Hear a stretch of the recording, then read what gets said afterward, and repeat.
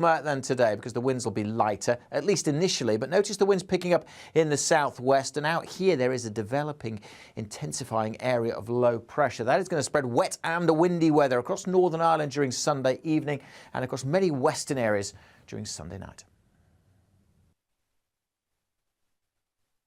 Join me, Nana Akua, on Friday, Saturday and Sunday afternoons on GB News. Expect fiery debate and passionate discussion as me and my panel tackle some of the biggest topics hitting the headlines. It's a place for everyone's opinion. No one gets cancelled, but no one gets an easy ride. Oh, she's on it today! Be ready for conversations that are fierce, frank, and of course, fun every Friday, Saturday and Sunday afternoon from 4 p.m. on GB News.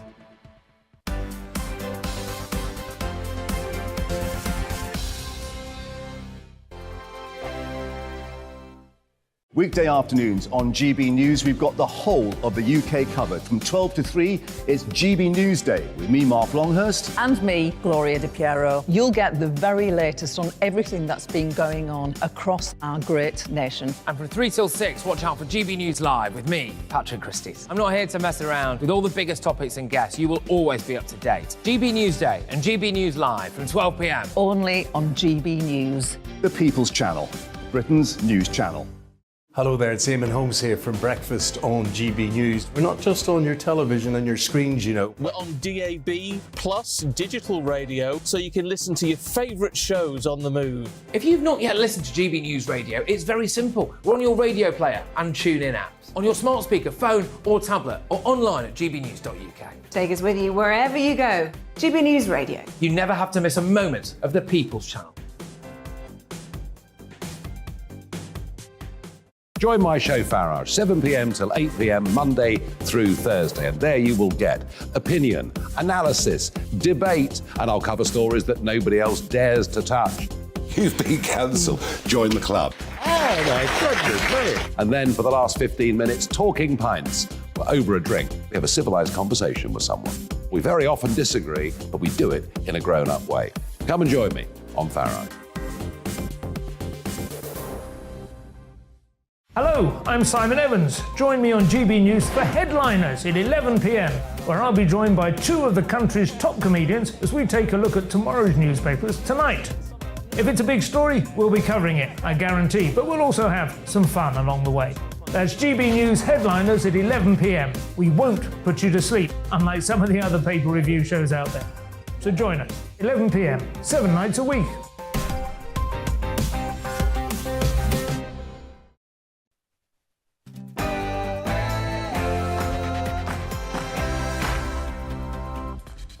Hello and welcome, I'm Alastair Stewart, and for the next 2 hours I'll be keeping you company on TV and radio with the stories that really matter across the country. We have plenty coming up, including it's all changed at number 11 Downing Street, but how long can Liz Truss stay in number 10? With Labour leader Sir Keir Starmer accusing her of clinging to power, how ready to govern is he? And what does business make of it all? Your thoughts too, please, and goodness me, you have been busy already. But first, let's bring you right up to date with all of today's news. Here's Tamsin Roberts.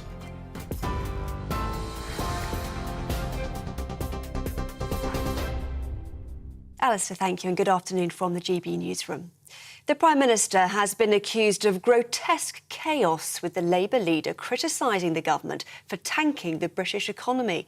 Sir Keir Starmer told the party's Yorkshire and Humber conference that Liz Truss is clinging on to power after handing out a redundancy notice to her Chancellor. The Prime Minister is under growing pressure to restore party unity and calm the financial markets after sacking Kwasi Kwarteng yesterday. Sir Keir says there's no precedent for what the government has done to the economy. They didn't just tank the British economy. They also clung on as they made the pound sink, clung on as they took our pensions to the brink of collapse, clung on as they pushed the mortgages and bills of the British public through the roof. They did all of this. All the pain our country faces now is down to them. And there's still one person clinging on, the Prime Minister. Annual mortgage payments could rise by over £5,000 by the end of 2024 because of rising interest rates. The warning by think tank Resolution Foundation suggests more than 5 million homes could be affected.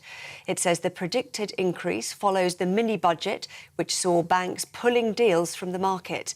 The average 2- and 5-year fixed-term mortgage rates are now at their highest level since 2008. Liz Truss and Sir Keir Starmer have led tributes to Sir David Amess a year after his murder. Sir David, who was the MP for Southend-on-Sea, was fatally stabbed while meeting constituents in Leigh-on-Sea in Essex. The father of 5 had long campaigned for Southend to become a city, something his successor is now seeking in his honour. A funeral is being held for the youngest victim of the service station explosion in County Donegal. 5-year-old Shauna and her father, Robert Garway, were among 10 people killed in the blast last week. The Irish president is among those attending the service, with residents lining the streets to pay their respects for the 6th time in 5 days. President Putin says Russia has no plans for more airstrikes days after heavy bombardment of Ukraine. 100 long-range missiles were fired at targets across the country this week. Speaking at a conference of regional leaders in Kazakhstan, Putin also claimed he'll stop calling up reservists in the coming weeks. The move will end a divisive mobilisation that's seen thousands of men summoned to fight in Ukraine. 40 people have been killed in an explosion at a coal mine in northern Turkey. The Turkish Interior Minister says 110 miners were working on site at the time, 58 of which have been rescued. But one miner still remains missing. The cause of the blast, which caused some areas to collapse, is not yet known. 2 women are due to appear in court following an incident at a London art gallery.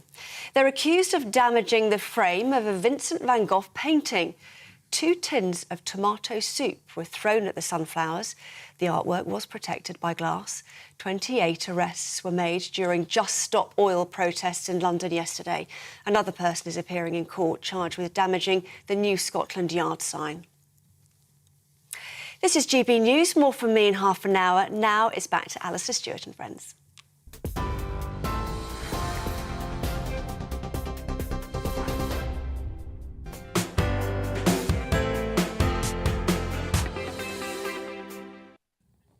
Tamsin, thank you very much indeed. So last night, Jeremy Hunt went to bed as Chancellor of the Exchequer. The night before, he'd gone to bed as a 2-time loser in the battle to be the leader of his party. He may now, however, be in a better position than ever, finally, to get the top job. His boss, the Prime Minister Liz Truss, sacked her previous Chancellor and sole brother, Kwasi Kwarteng, early yesterday morning as a gesture to calm the nerves of the markets, the party and, I suppose, the country. Well, there's scant evidence that any of that worked. The markets remain twitchy, and do remember that they are 24/7 operations and global. The party is, if anything, more split than it was yesterday, with fractious factions still in full flight. The membership who wanted Liz Truss as leader, feeling that the MPs who didn't have treated them as intrusive fools. As for the rest of us, well, the fastest growing group appears to be those who want a general election, and soon. Now, Liz Truss sang Hunt's praises on appointing him, experienced and widely respected in the party, etc. Well, I just remind you that in his last outing as a leadership candidate, he didn't even make it to the second round. But he is on side. During his leadership campaign, Hunt said that he would cancel the proposed rises in corporation tax, now restored in Liz Truss's latest U-turn. But he went further, saying that he'd cut the tax from 19 to 15% in the first budget if he became leader, claiming it was justified to borrow more money now to deliver the business tax cuts that can kick-start growth. Well, the membership might like that, and should Truss fall, or be toppled, as many are still tipping this morning, he might be the man. So today, what I want to do is explore what it all means for the economy, for politics and the government, the Conservative Party and us. How ready too, I am prepared to ask, is Labour if the moment comes for government? I really would like to know your thoughts. You've been alive and well already, and just remember the way to do it is gbviews@gbnews.uk, Facebook, on Twitter @GBNews, or you can tweet me directly.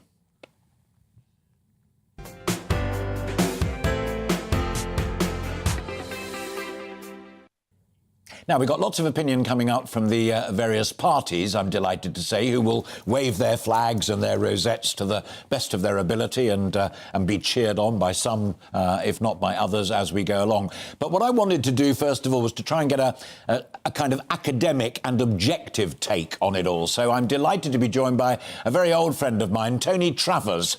Tony is the Professor of Politics at the London School of Economics, and he and I go way back to London mayoral struggles and Boris Johnson, names you may well remember, and indeed before that.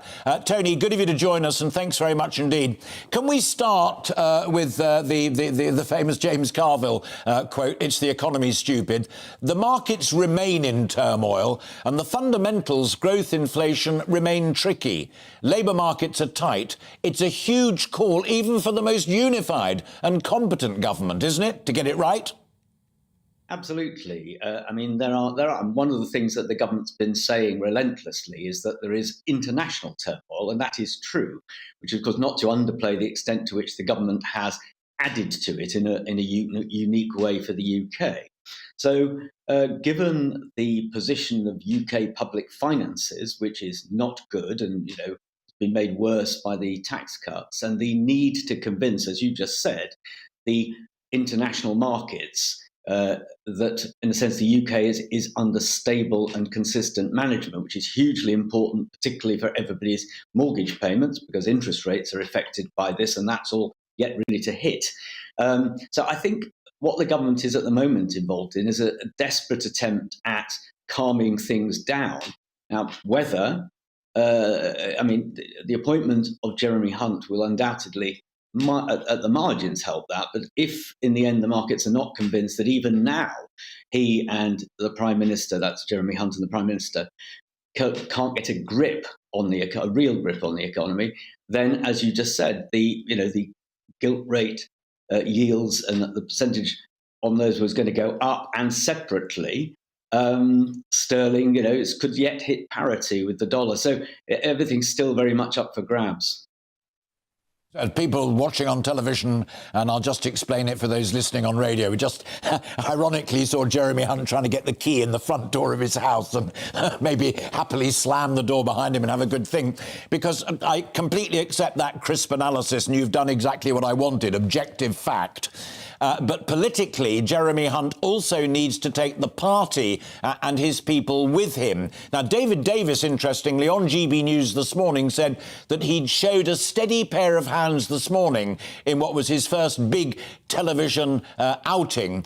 But has he actually got the clout and the experience to do this job? Secretary of State for Health for as long as anyone can remember, but not a Treasury Minister, not a numbers man. Well, I mean, he's as you say, a very experienced minister, and I think he will inspire confidence more than, certainly more than the difficulties of the last few weeks. He's definitely going to do better than that. But what you say is correct. I mean, he is not the only piece of this jigsaw. There are plenty of others. And I think that the longer-term problem, which, again, you've alluded to, is that the Conservative Party has become enormously factional. We're used to the Labour Party being factional, but the Conservatives have become factional. And that means that whoever is Prime Minister, indeed whoever is Chancellor, is endlessly having to square off these different interests from groups within the party. And I think in some ways the factionalism has probably got worse during the years that Jeremy Corbyn was Labour leader. And it made it easier for the Conservatives to be factional because, Labour didn't look as if they were about to win the next election. As of today, Labour definitely look as if they're about to win the next election.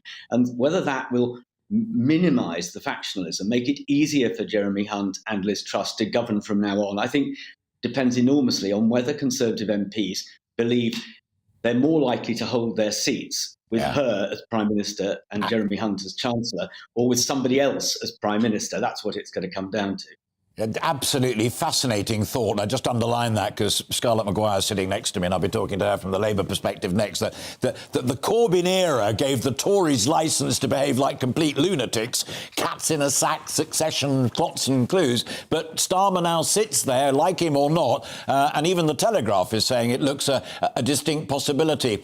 I used the analogy yesterday on our coverage of the press conference with Liz Truss and the ousting of Kwasi and the installation of Jeremy Hunt, that the Conservative Party struck me as being a political party playing Russian roulette, but with a bullet in every chamber. Whatever they do, I can't see an obvious and easy way out for them that leads to the sunny uplands.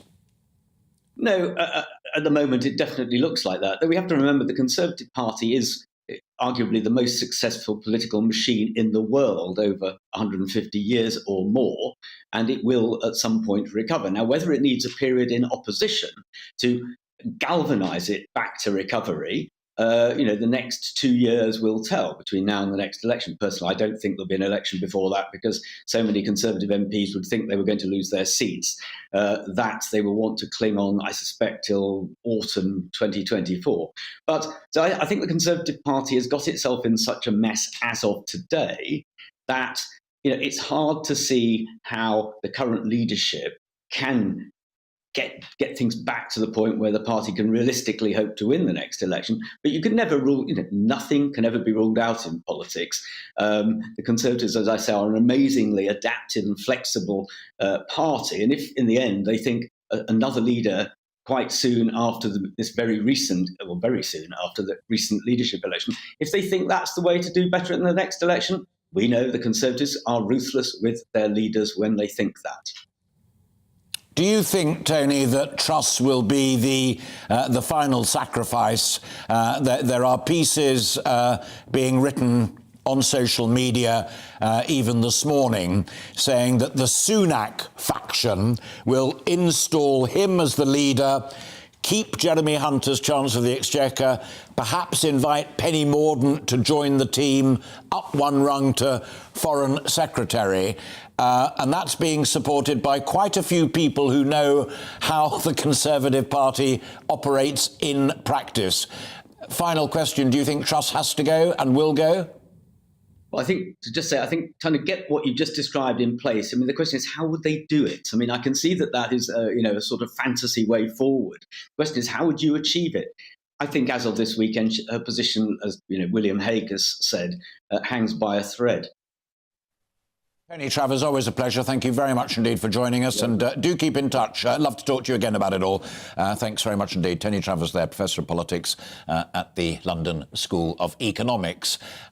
And as I said during my conversation with Tony Travers, my next guest was sitting, listening to his every word, agreeing, perhaps disagreeing. And the opening premise, of course, is that oppositions don't win elections, government lose them. Well, I just wonder, because former Labour media advisor and writer Scarlett Maguire is sitting with me. I butted in to underline Travers's point, which I hadn't thought of before, but it's brilliant, that while Jeremy was running the Labour Party and looked utterly unelectable, crazy and bonkers, the Tories could get up to all sorts of nonsense. They are now in a very different world, but that penny may not yet have dropped. No, and I think they've got a majority of 80. I mean, it's less because some have gone independent, but they've certainly got a massive majority that they can get anything through. And I think that's one of the things that led to all of this is thinking, I mean, Liz Truss thinking, I'm Prime Minister, I've got a majority, I can do what I want.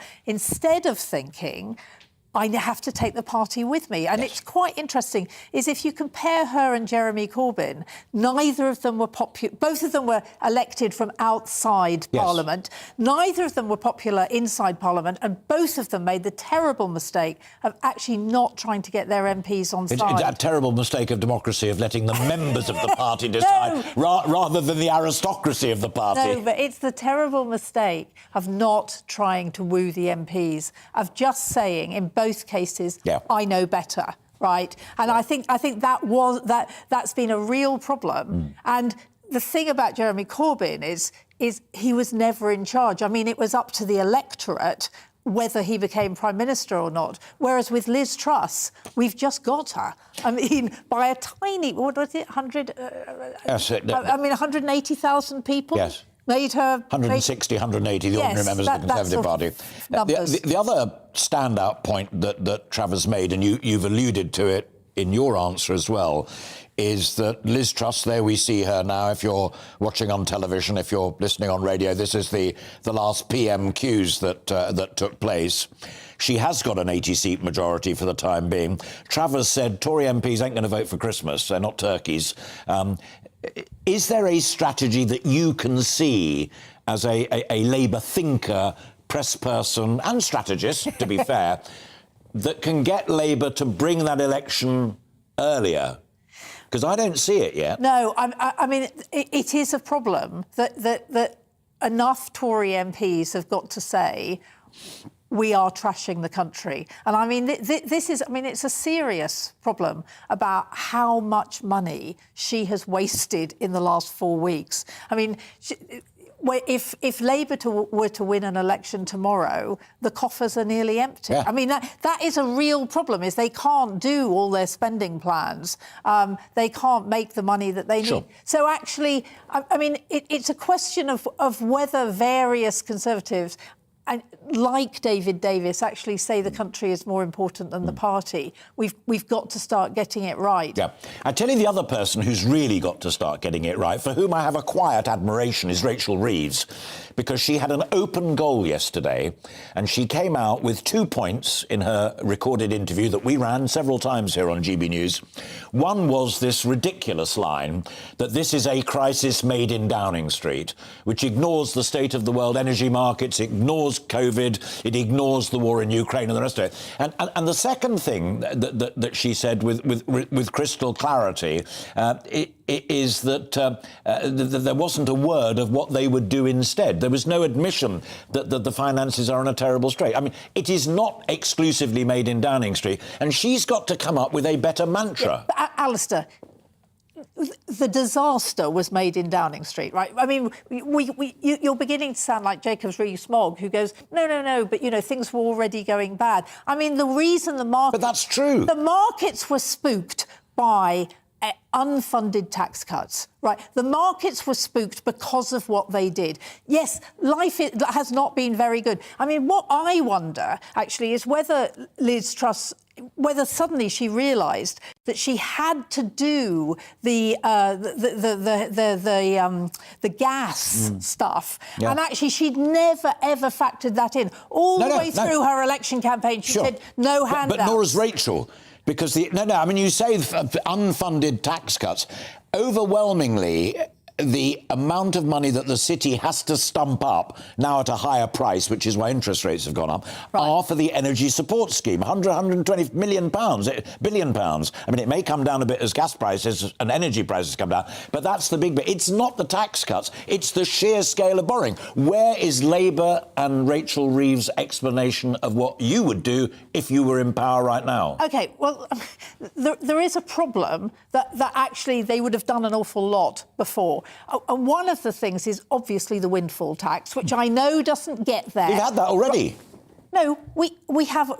When Keir suggested a 6-month moratorium on gas prices, it was paid for by the windfall tax, right? So, and Liz Truss says no windfall tax. We'll let the energy companies go on making their 170 billion of extra money. I mean, it's quite a lot of money, the windfall tax. So that's always been there. But the other thing is a lot of things would have happened earlier so that we didn't have these freaks. I mean, it's very difficult to say, what would you do if you began now? Because actually, we've been calling for different things for an awful long time. Right. OK, we have to leave it there purely because of the clock.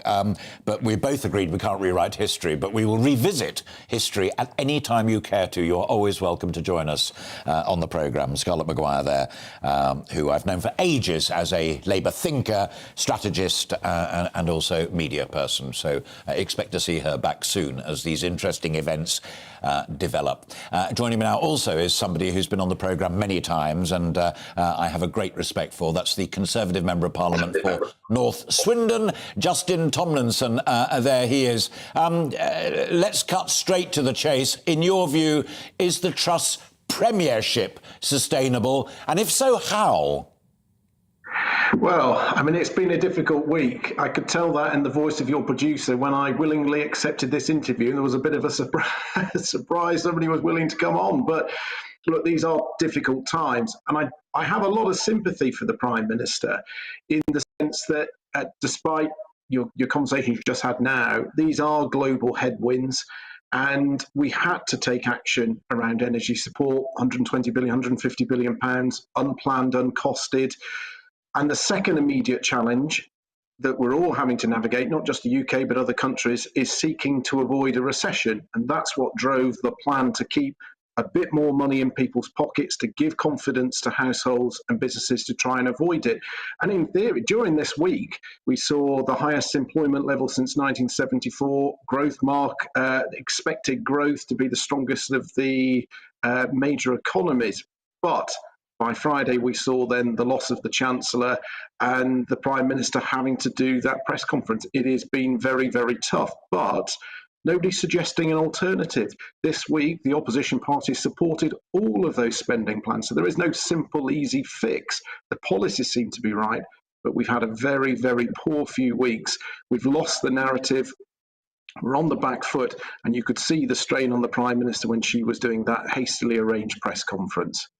My biggest nightmare, and I'm grateful that you were able to listen to Scarlett's conversation as well, because I reminded her that what I said yesterday when we were covering the Truss press conference is that your party, it seems to me to be playing Russian roulette, but with a bullet in every chamber. If you get rid of Liz, there's a downside to it. You shuffle the pact of Chancellor and you bring in a guy who actually wanted even lower corporation tax, and you're a former ambassador for small businesses, and now he's got to implement Rishi Sunak's increases in corporation tax.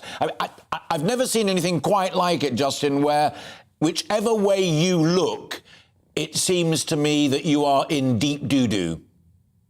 Well, you were certainly filling me with joy with your analogy around the Russian roulette with a loaded gun. But the plus side here, Jeremy Hunt, I think, is a good choice. He's a successful businessman in his own right. He's calm. And I think if I was advising the Prime Minister, I think in hindsight, too much was done too quickly. We have a country that's had to navigate Brexit, COVID, leadership contests, now the Russian aggression in Ukraine with the impact on energy prices and cost of living. And frankly, less is more at the moment. Now, Keir Starmer, who previously looked a no hope to become Prime Minister, arguably because he offers, what does he stand for? What would he bring? That's kind of in vogue at the moment. And actually in Jeremy Hunt, he brings that sort of level of calmness, which I think will reassure many of my colleagues who are spooked when they look at the opinion polls, because ultimately politicians want to be re-elected. They're there because they enjoy the opportunity they've been given by their respective constituents. But, these are challenging times for the party. And what the country needs, and frankly what our party needs, is some stability and some calmness. We've got to get through to that 31st of October settlement, and we've got to set out how we pay for things that we couldn't avoid. We had to do energy support. We had to do things to try and support people to avoid a recession, because these are people's livelihoods. The country is relying on us collectively, of all politicians, all parties, to navigate these choppy waters. I feel for the Prime Minister. She's under a huge amount of strain, but I have no doubt she is working tirelessly to try and make sure we can have that stability. It's going to be a difficult week, but I can see that she will get through this, and Jeremy Hunt will find a way. OK, final point, and a quick one, if I may, because we're inching towards 12:30. The other big job that all of you face is rebuilding bridges with the very constituents that you just mentioned in that last answer. They wanted Liz and they wanted the dash for growth. MPs have decided that's not right. They've put the pressure on her. They're gunning for her. They're even talking about replacing her, the one that they chose, not the candidate the MPs want. That's a hell of a big bridge that you guys have got to rebuild. Well, I was canvassing last night and this morning, and actually I think the public are bewildered by what is going on. I think the country, as I said, is frazzled by Brexit, COVID, so much. And they just want us to, frankly, all collectively get on with our job, provide that stability, provide that certainty. That's no easy feat with all of the global headwinds. And we've all got to play our part, knuckling down and making sure we can navigate through these difficult times. And I think it can be done. And I think as MPs go back to talk to people outside of the Westminster bubble, they will be surprised that not everybody is quite as obsessed with what's going on. But we have got to do much, much better. And my final thing I would say, quickly, the Prime Minister does need some of her better media formers back on, the likes of your Liam Foxes, Amber Rudd. I know she's not an MP anymore, but as an example, and your Grant Shapps, all these sorts of people. We need the people who can communicate what is happening and reassure people. So there is some changes we need to... Justin, we have to leave it there, otherwise we'll lose the weather, which you and the good people of Swindon would not want to happen any more than anybody else. Great to talk to you, and thank you very much for your time this Saturday afternoon. Justin Tomlinson there, Conservative Member of Parliament for North Swindon, being amazingly candid, and that's why we love him on the programme. You're watching and listening to Alastair Stewart and Friends, with lots more still to come on today's programme. It's just 38 days since Liz Truss became Prime Minister. Already she's appointed a new Chancellor. Jeremy Hunt's been made Chancellor after Kwasi Kwarteng was sacked yesterday, just 3 weeks after his mini-budget unleashed chaos on the financial markets and the economy. But can Jeremy Hunt restore faith in Liz Truss's government? More of that next, but first let's bring you up to date with the weather. Looking ahead to this afternoon, and the UK is looking blustery with a mixture of sunshine and scattered showers, some of which will be heavy. Let's take a look at the details. A more persistent band of rain will affect Shetland this afternoon, but elsewhere across Scotland we'll see a mix of sunshine and showers, feeling cold with a high of 11 Celsius. Winds will be brisk across Northern Ireland, allowing showers to move through quickly. Some showers will be heavy with highs of 11 Celsius. The majority of the showers in northern England will be in the west, with the best of the sunshine in the east. Highs here reaching 13 Celsius. Scattered heavy showers will move across much of Wales this afternoon, with winds continuing to strengthen, especially near the west coast. It'll be feeling fairly chilly in the wind, with highs of 14 Celsius. After a dull and damp morning this afternoon, we'll be turning brighter across the Midlands, but there'll still be some showers around. Temperatures will be slightly below average, with highs of 15 Celsius. East Anglia this afternoon will see a mix of sunny spells and rather cloudy interludes as bands of showers move across the area. Temperatures may just reach 18 Celsius, though, in any sunshine. The best of the brightness in southern England this afternoon will be across the west, but like elsewhere, there'll be some showers around. Highs in the south reaching 17 or 18 Celsius. Heading into the evening, and little changes with further blustery showers, especially in the north and west. And that is how the weather is shaping up for the rest of the day.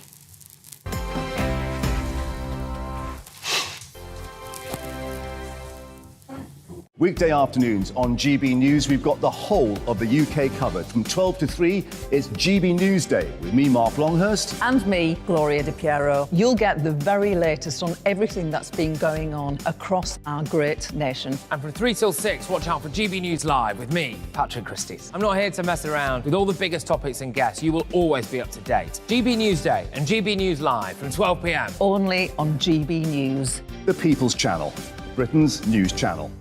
Hello there, it's Eamon Holmes here from Breakfast on GB News. We're not just on your television and your screens, you know. We're on DAB plus digital radio, so you can listen to your favourite shows on the move. If you've not yet listened to GB News Radio, it's very simple. We're on your radio player and TuneIn apps, on your smart speaker, phone or tablet, or online at gbnews.uk. Take us with you wherever you go. GB News Radio. You never have to miss a moment of the People's Channel. Join my show Farage, 7 p.m. till 8 p.m. Monday through Thursday. And there you will get opinion, analysis, debate, and I'll cover stories that nobody else dares to touch. You've been cancelled. Join the club. Oh, my goodness me. And then for the last 15 minutes, talking pints. We're over a drink. We have a civilised conversation with someone. We very often disagree, but we do it in a grown-up way. Come and join me on Farage. Hello, I'm Simon Evans. Join me on GB News for Headliners at 11 p.m, where I'll be joined by two of the country's top comedians as we take a look at tomorrow's newspapers tonight. If it's a big story, we'll be covering it, I guarantee, but we'll also have some fun along the way. That's GB News Headliners at 11 p.m. We won't put you to sleep, unlike some of the other paper review shows out there. So join us, 11 p.m, 7 nights a week.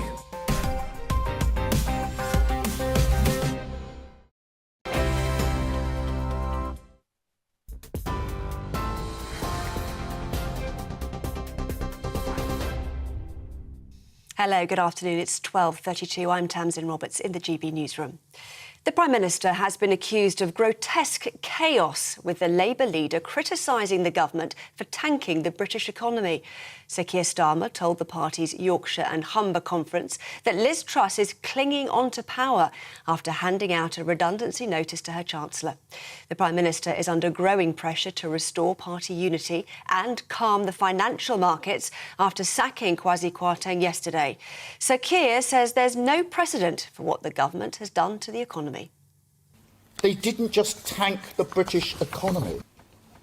They also clung on as they made the pound sink, clung on as they took our pensions to the brink of collapse, clung on as they pushed the mortgages and bills of the British public through the roof. They did all of this. All the pain our country faces now is down to them. And there's still one person clinging on, the Prime Minister. Annual mortgage payments could rise by over £5,000 by the end of 2024 because of rising interest rates. The warning by think tank Resolution Foundation suggests more than 5 million homes could be affected. It says the predicted increase follows the mini-budget, which saw banks pulling deals from the market.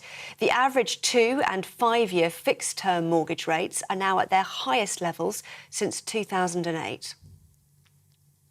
Tributes are being paid to Sir David Amess a year after his murder. Sir David was fatally stabbed while meeting constituents in Lee-on-Sea in Essex. A tree was planted in his honour using compost from flowers left in the area following his death. The father of 5 who'd campaigned to make Southend-on-Sea a city of culture was posthumously made the first freeman of the city when it finally became one. TV, online and DAB+ radio, this is GB News. Now it's back to Alastair.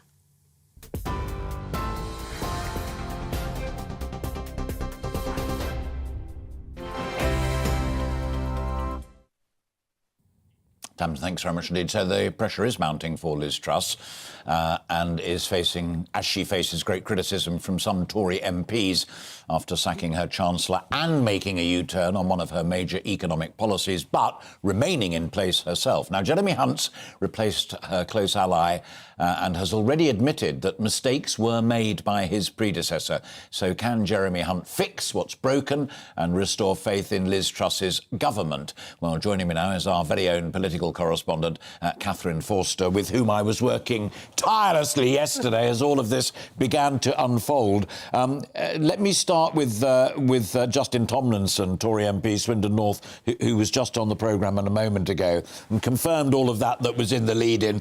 Truss faces very tricky times, one of the great understatements, perhaps.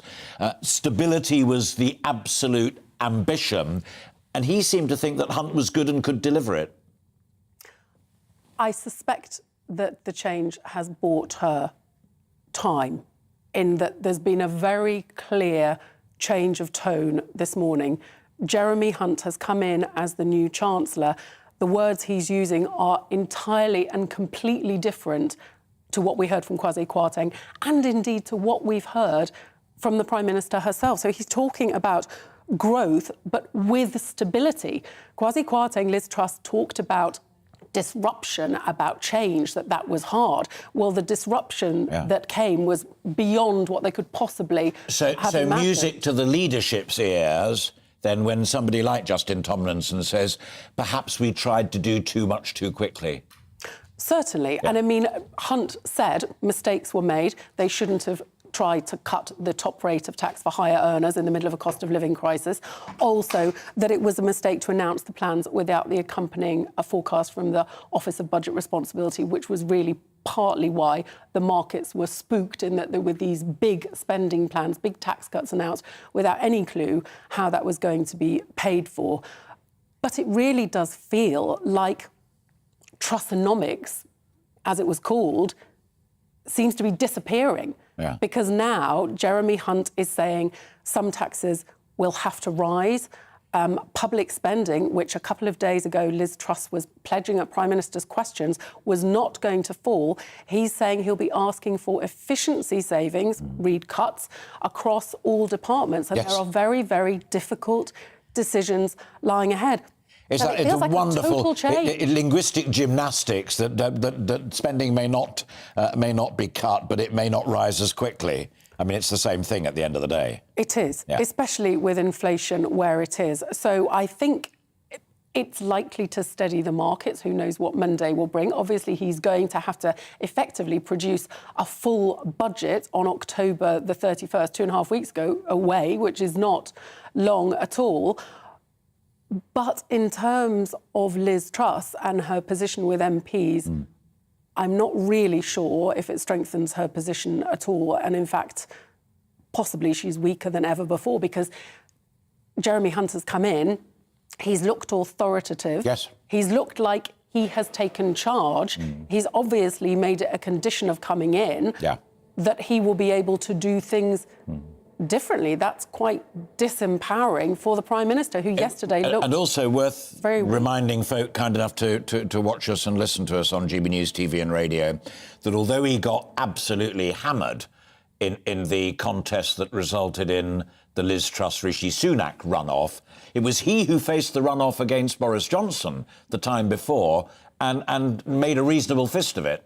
Yes, and of course he is a very experienced minister. He was health secretary for many, many years. He took on the doctors, didn't he? Then he was also foreign secretary. So he is seen as a steady hand at the tiller, isn't he? But I do wonder what it means for Liz Truss, because a lot of MPs will be looking now and thinking, well, really, if you're giving us this total change of approach, why are you still here? Because this is not what you sold yourself on or wanted to deliver. Final quick one, and we're moving up to having to take a break, and I apologise but I'll just remind you of that. I get told off if we miss the breaks. Your comment as a seasoned political correspondent on the detail of the gossip that's doing the rounds, i.e. not only that Truss has got to go, but it will either be Sunak or Mordaunt, with Hunt staying as Chancellor, or maybe Mordaunt as Foreign Secretary. I mean, there are names and runners and riders in this plot. Sure, and that seems to be the one that we're hearing most as the most likely scenario. But really, there is no unity beyond. The Conservatives do not want at any cost to have a general election, because that would clearly at the moment be disastrous for them.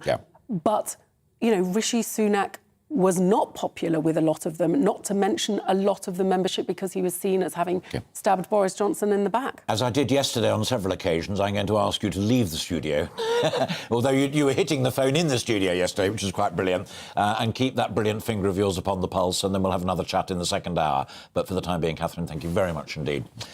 You are watching and listening to Alastair Stewart and Friends, with plenty more still to come this afternoon, including today marking a year since the tragic murder of Sir David Amess, the Conservative Member of Parliament for Southend. His family has marked the anniversary with a tree planting ceremony, and we'll be speaking to a former colleague of Sir David's next, right after this short break.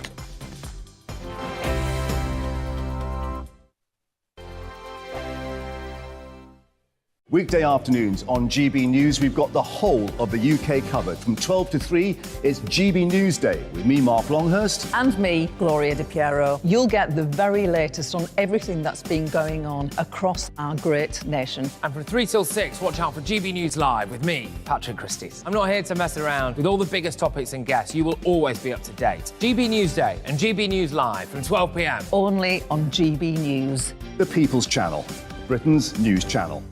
Hello there, it's Eamon Holmes here from Breakfast on GB News. We're not just on your television and your screens, you know. We're on DAB plus digital radio, so you can listen to your favourite shows on the move. If you've not yet listened to GB News Radio, it's very simple. We're on your radio player and TuneIn apps, on your smart speaker, phone or tablet, or online at gbnews.uk. Take us with you wherever you go. GB News Radio. You never have to miss a moment of the People's Channel. Join my show Farage, 7 p.m. till 8 p.m. Monday through Thursday, and there you will get opinion, analysis, debate, and I'll cover stories that nobody else dares to touch. You've been cancelled. Join the club. Oh my goodness me. And then for the last 15 minutes, talking pints. We're over a drink. We have a civilised conversation with someone. We very often disagree, but we do it in a grown-up way. Come and join me on Farage. Hello, I'm Simon Evans. Join me on GB News for Headliners at 11 p.m, where I'll be joined by two of the country's top comedians as we take a look at tomorrow's newspapers tonight. If it's a big story, we'll be covering it, I guarantee, but we'll also have some fun along the way. That's GB News Headliners at 11 p.m. We won't put you to sleep, unlike some of the other paper review shows out there. So join us, 11 p.m, 7 nights a week.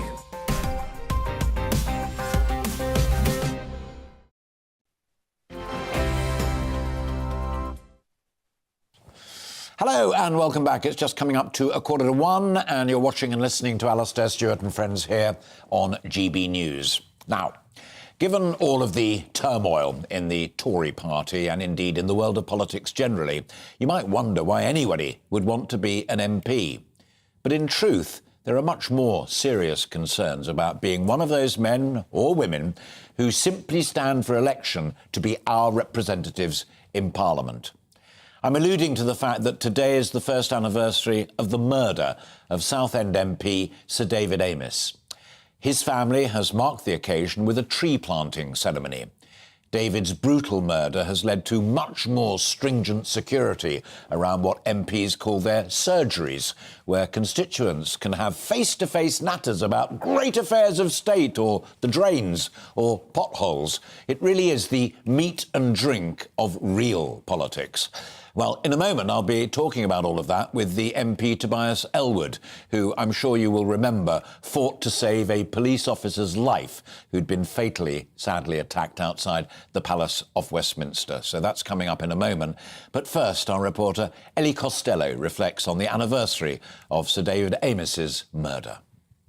It was a brutal killing that shocked the nation and indeed the world. On the 15th of October 2021, Sir David Amess, the Southend West MP, was stabbed more than 20 times whilst holding a constituency surgery. His death shocked the close-knit community of Southend, where Sir David had been an MP for 24 years. 1 year on from his death, Sir David Amess is being remembered for the man and parliamentarian that he was, but also for the legacy that he leaves behind. He was quite simply the best bloke I ever knew. And a year on, I have to be honest, I still really miss him. You know, you don't make a lot of close friends at Westminster. You're naturally very wary. But I can safely say that I never once knew David to betray a confidence. After Sir David's death, the Home Secretary at the time, Priti Patel, defended the working practices of MPs. We live in an open society of democracy.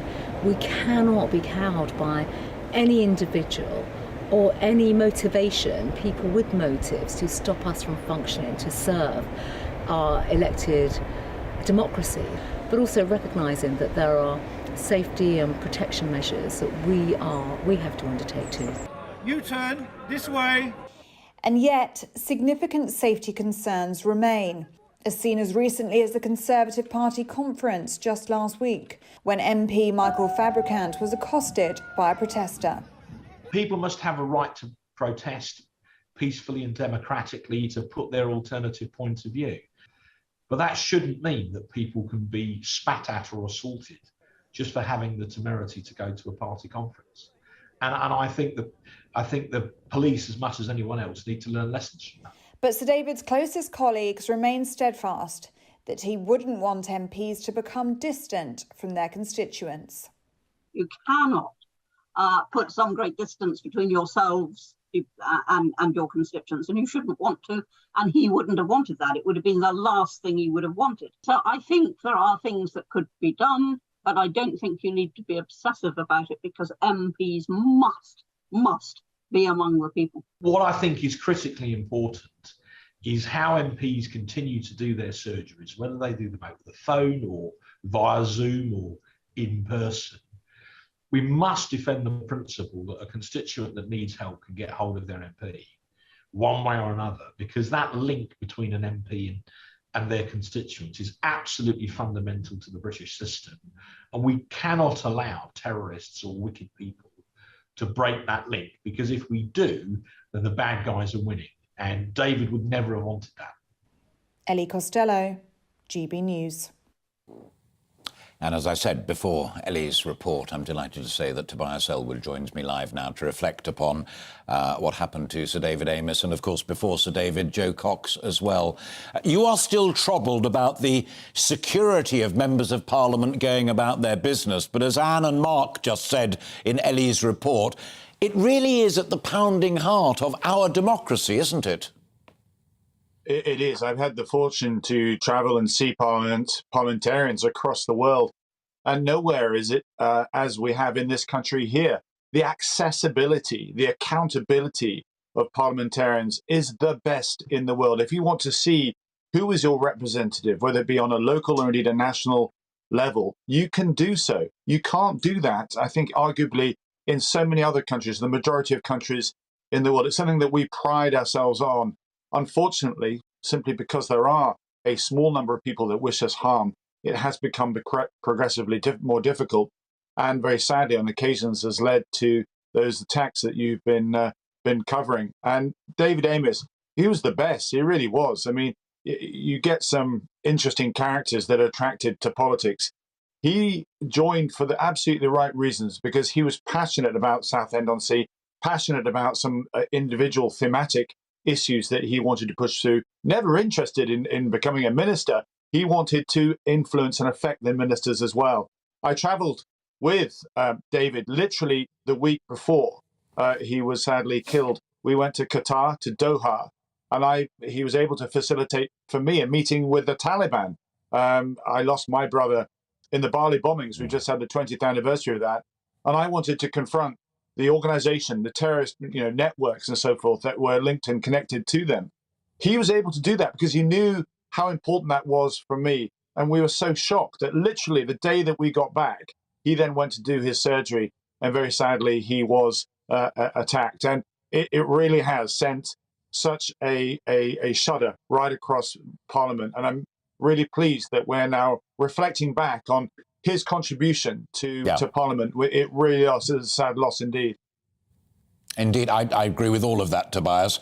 One thought that crossed my mind, reminding myself of what you did in Parliament Square that day, what happened to Jo, and I reported on the Jo Cox case all those years ago, and it just brought a question to my mind whether some of our best and brightest young men and women might be put off going into democratic politics because of the opprobrium that many of you, be you left or right, face simply for saying what you believe in, and the dangers that still exist out there to your security. I mean, if we lose the best because they're fearful or don't want to take that kind of nonsense, our democracy suffers.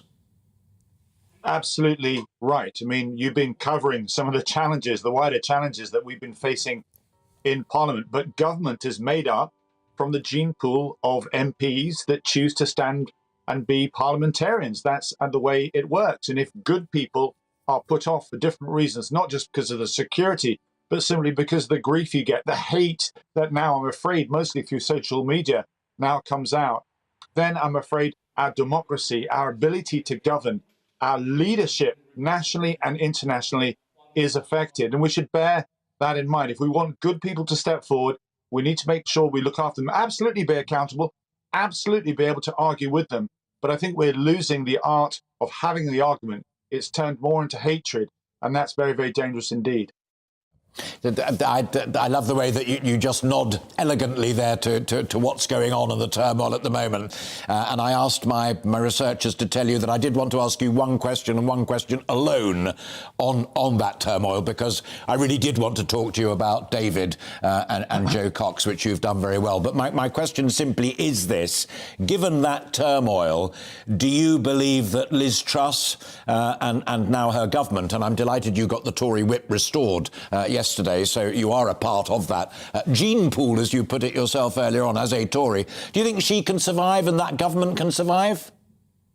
Well, if I may just take those two separately, I think it's important that there are voices like mine, a one nation centralist voice that is in the Conservative Party. If our party moves to the right, we will not win elections. That's been proved throughout our entire history, going from Disraeli to Baldwin, Macmillan, Churchill, and Thatcher as well. And what we've seen, I'm afraid, is this experiment, this central argument that was put forward during the leadership contest, which absolutely appealed to our party base, but never was going to win an election, that this Van Hayek ideology, if you like, of tax cutting in isolation would generate its own revenue and therefore could safely be done. That, I'm afraid, has been proved, that experiment has been proved to fail. And the fact that we've now got Jeremy Hunt, such a respected parliamentarian with experience of being in cabinet, now responsible for our economy, I hope we will move away from that and be more open, we'll be more inclusive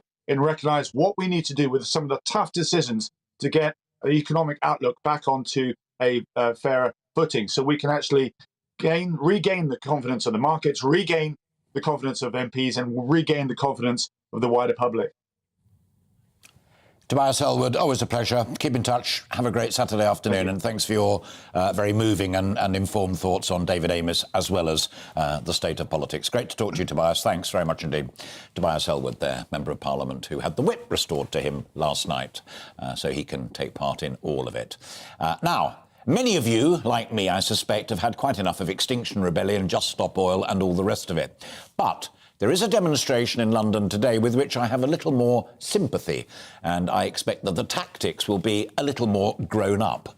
Farmers are protesting in London to demand more ambition on future food and farming policy and stronger support for growth in our rural economy. It is organised by the Land Workers Alliance, which includes the Country Land Owners Association, which of course means that joining me now for today's Rural Spotlight is Mark Tufnell. There he is, president of the Country Land and Business Association. Mark, great to see you. You say that the Prime Minister's actions could prevent growth in the rural economy. How so? Well, Alastair, if I could just put the record straight, that the CLA is not part of the Land Workers Alliance. We may have members who wish to support it individually, but the CLA itself is not part of the Land Workers Alliance. But if I could come to your question, when you ask about diversification and support for the countryside and growth within it, my members are looking at food production, they're looking after the environment, and they're also looking at energy production. And we have, of course, an issue that's been raised recently over solar installations, which I know you wanted to come on to. And it's a mix of all of these, and there are controls on solar installations in the countryside in any case. Indeed, let's leap straight to that. And I'm sorry if I misled folk. I didn't mean to say that you were signed up members of that group, but that some of your members were indeed supporting it. And I knew that from separate sources. But on that key point, the thing that struck me when I was reading the notes last night is that this is a really skilled, natural way both to go green, but also to support the UK's environmental targets. So it's a win-win for the environment, and it's a win-win for the rural community. I don't understand why Jacob Rees-Mogg and Liz Truss can't both see that in spades. Well, I think where you have a balance for land use between the production of energy and the production of food, and also management of the environment, we have to look carefully at a number of schemes that are there. Now, the Environmental Land Management Scheme is being developed. There's a rapid review at the moment, which we expect to come to a conclusion very soon. And as an organisation, we have been strongly pushing for it to be supported and continued, so that environmental management goes alongside food production. When it comes to looking at renewable energy, we're pushing for small scale as well as large scale installations. Now, on the large scale installations, they're already subject to the National Infrastructure Programme. And so government has control over that in any case, and it can decide whether or not they want to have a larger farm there or not. And the key part that stops it is the fact that so many of my members cannot get a grid connection which is affordable. And the grid connection is not there, and it's not up to capacity. And what we'd like to see is Ofgem looking very carefully at the costs that are needed to be paid, and also any delays. So you could have smaller installations on roofs, you could have battery storage, and we'd like to see permitted development rights for battery stores. Mark, alas, we have to park it there. We will return to it and see how the demonstration goes today and what response you get from the Prime Minister and Jacob Rees-Mogg, and indeed, of course, the new Environment Secretary as well. But the case well put there, and thank you very much indeed. Always a pleasure to talk to you there. Mark Tufnell, President of the CLA, the Country Land Owners and Business Association. You're watching and listening to Alastair Stewart and Friends, with lots more coming up in the second hour this afternoon. Prime Minister facing mounting pressure from some Tory MPs after sacking her close ally Kwasi Kwarteng and announcing a U-turn on one of her main economic policies. That's up next, but first we're going to have a quick break.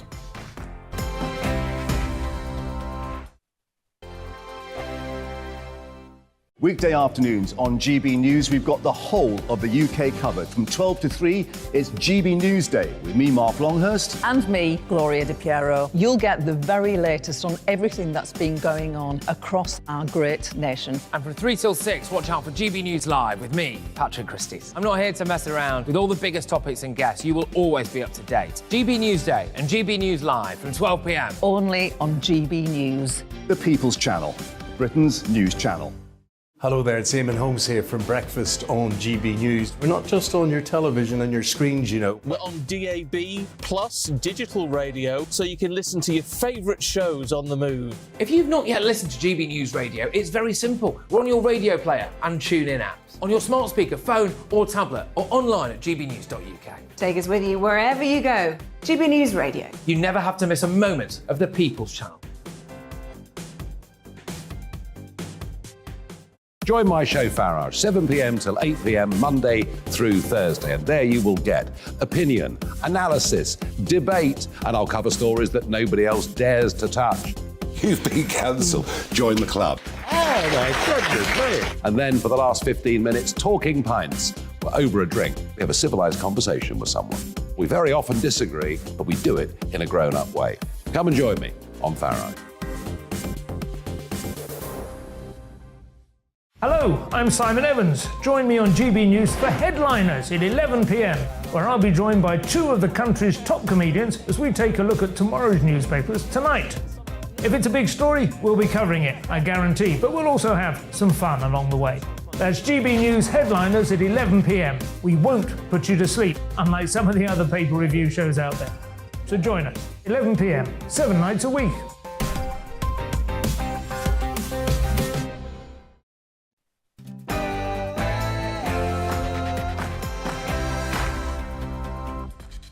It's 1 minute past 1. Hello and welcome if you've just joined us. Hello and welcome back if you've been kind enough to be with us since midday. I am Alastair Stewart and we are into the second and final hour of our programme.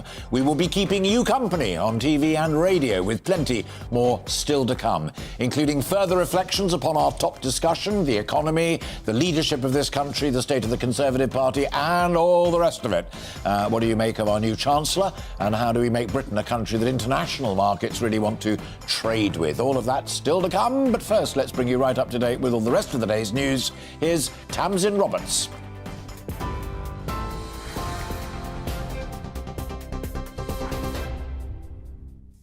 Alistair, thank you. Good afternoon from the GB newsroom. It's 1 o'clock. The Prime Minister has been accused of grotesque chaos, with the Labour leader criticising the government for tanking the British economy. Sir Keir Starmer told the party's Yorkshire and Humber conference that Liz Truss is clinging on to power after handing out a redundancy notice to her Chancellor. The Prime Minister is under growing pressure to restore party unity and calm the financial markets after sacking Kwasi Kwarteng yesterday. Sir Keir says there's no precedent for what the government has done to the economy. They didn't just tank the British economy. They also clung on as they made the pound sink, clung on as they took our pensions to the brink of collapse, clung on as they pushed the mortgages and bills of the British public through the roof. They did all of this. All the pain our country faces now is down to them. And there's still one person clinging on, the Prime Minister. Annual mortgage payments could rise by over £5,000 by the end of 2024 because of rising interest rates. The warning by think tank Resolution Foundation suggests more than 5 million homes could be affected. It says the predicted increase follows the mini-budget, which saw banks pulling deals from the market. The average 2- and 5-year fixed-term mortgage rates are now at their highest level since 2008. Tributes are being paid to Sir David Amess a year after his murder. Sir David was fatally stabbed while meeting constituents in Leigh-on-Sea in Essex. A tree was planted in his honour using compost from flowers left in the area following his death. The father of 5, who'd campaigned to make Southend-on-Sea a city, was posthumously made the first freeman of the city when it finally became one.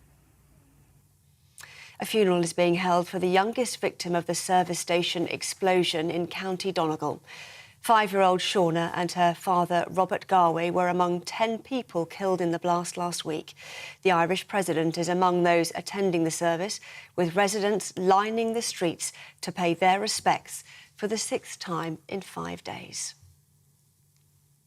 Russia's President Putin says he has no plans to launch more airstrikes days after the heavy bombardment of Ukraine.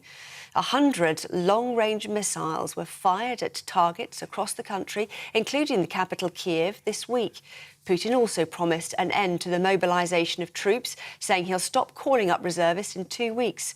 Hundreds of thousands of men have already been summoned to fight in Ukraine, but Russian forces are still losing ground in the east and south of the country. 40 people have been killed in an explosion at a coal mine in northern Turkey. The Turkish Interior Minister says 110 miners were working on the site at the time, 58 of which have been rescued. But one miner still remains missing. The cause of the blast, which caused some areas to collapse, is not yet known.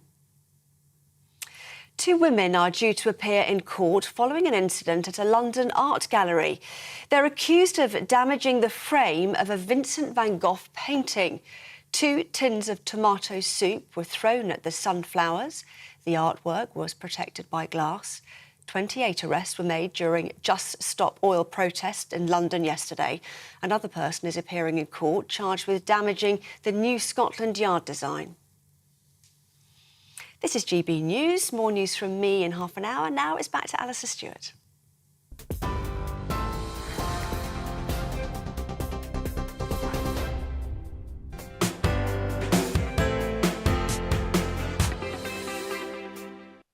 Welcome back. Just before the break, Tobias Elwood told me that the Liz Truss economics were vampire economics that the membership might have quite liked but was never going to win an election. Gary Brown tweets to say if the Conservatives don't support and back Liz Truss and their economic policies, then the party will be categorically destroyed at the next election. I suggest giving Sunak a one-way ticket to the United States of America. Ouch. But was Truss right to switch Kwasi Kwarteng for Jeremy Hunt. Some critics have suggested that Kwasi is merely a scapegoat for policies that the former Chancellor and the Prime Minister very much agreed on together. Just how does Jeremy Hunt balance the books now that he's in charge in terms of the nation's finances? What does all of it mean for you, me and the rest of us? As ever, I'd love more of your thoughts, so do keep them coming in and we will read a selection as we go along. Let's carry on now with Russ, who says, "Time's surely come for the Conservatives to realise the game is up. They have squandered billions over the last few years, much of which was on failure, and now they cannot even keep their own organisation in order.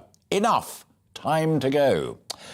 Rob says the Tories are finished. The latest debacle clearly shows that they've been captured by disastrous brownite economics.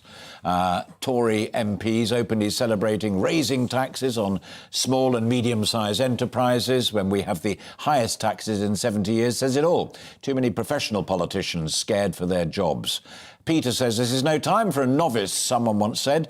Well, Boris got the boot to help improve the Conservatives' chances of winning the next general election. Not going to be the plan, is it? Liz Truss could turn things round, but I'm not very optimistic. So there we are. Keep those thoughts coming and do subscribe, of course, to our YouTube channel where you can hear what Tobias Ellwood said at length and also Justin Tomlinson and all of my other guests. We are YouTube at We are on GB News.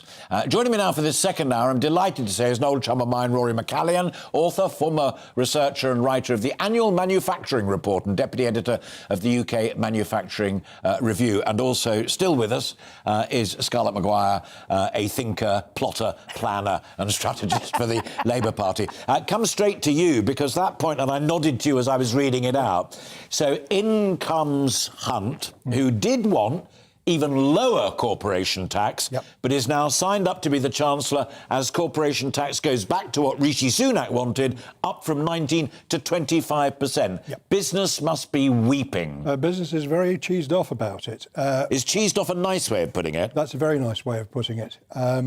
Yes, that's a very nice way of putting it. I will not tell you some of the things that I've been told.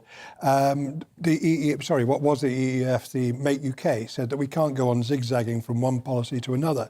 People that I've spoken to in the last few days are very upset that this is actually going to go through, because it was the most toxic element of Rishi Sunak's budget earlier this year.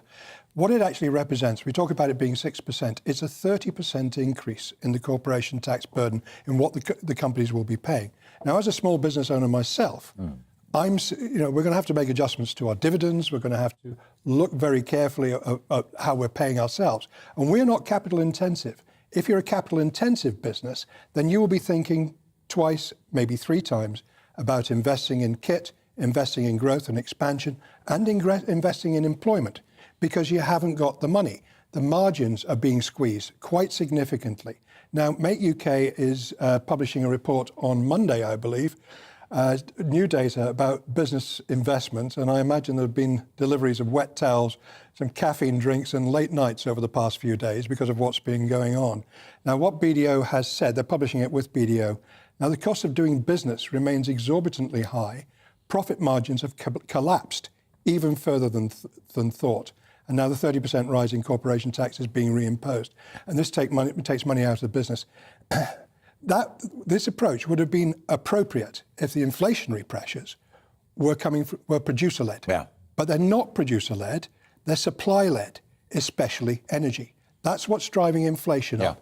That's what's spooking the markets. Do you know, Scarlett, we were talking a little bit earlier when you were first in about, as it were, picking and choosing from this budget, because Labour has supported some elements of it and clearly said, no, we don't want other elements. And you talked about windfall tax and what have you.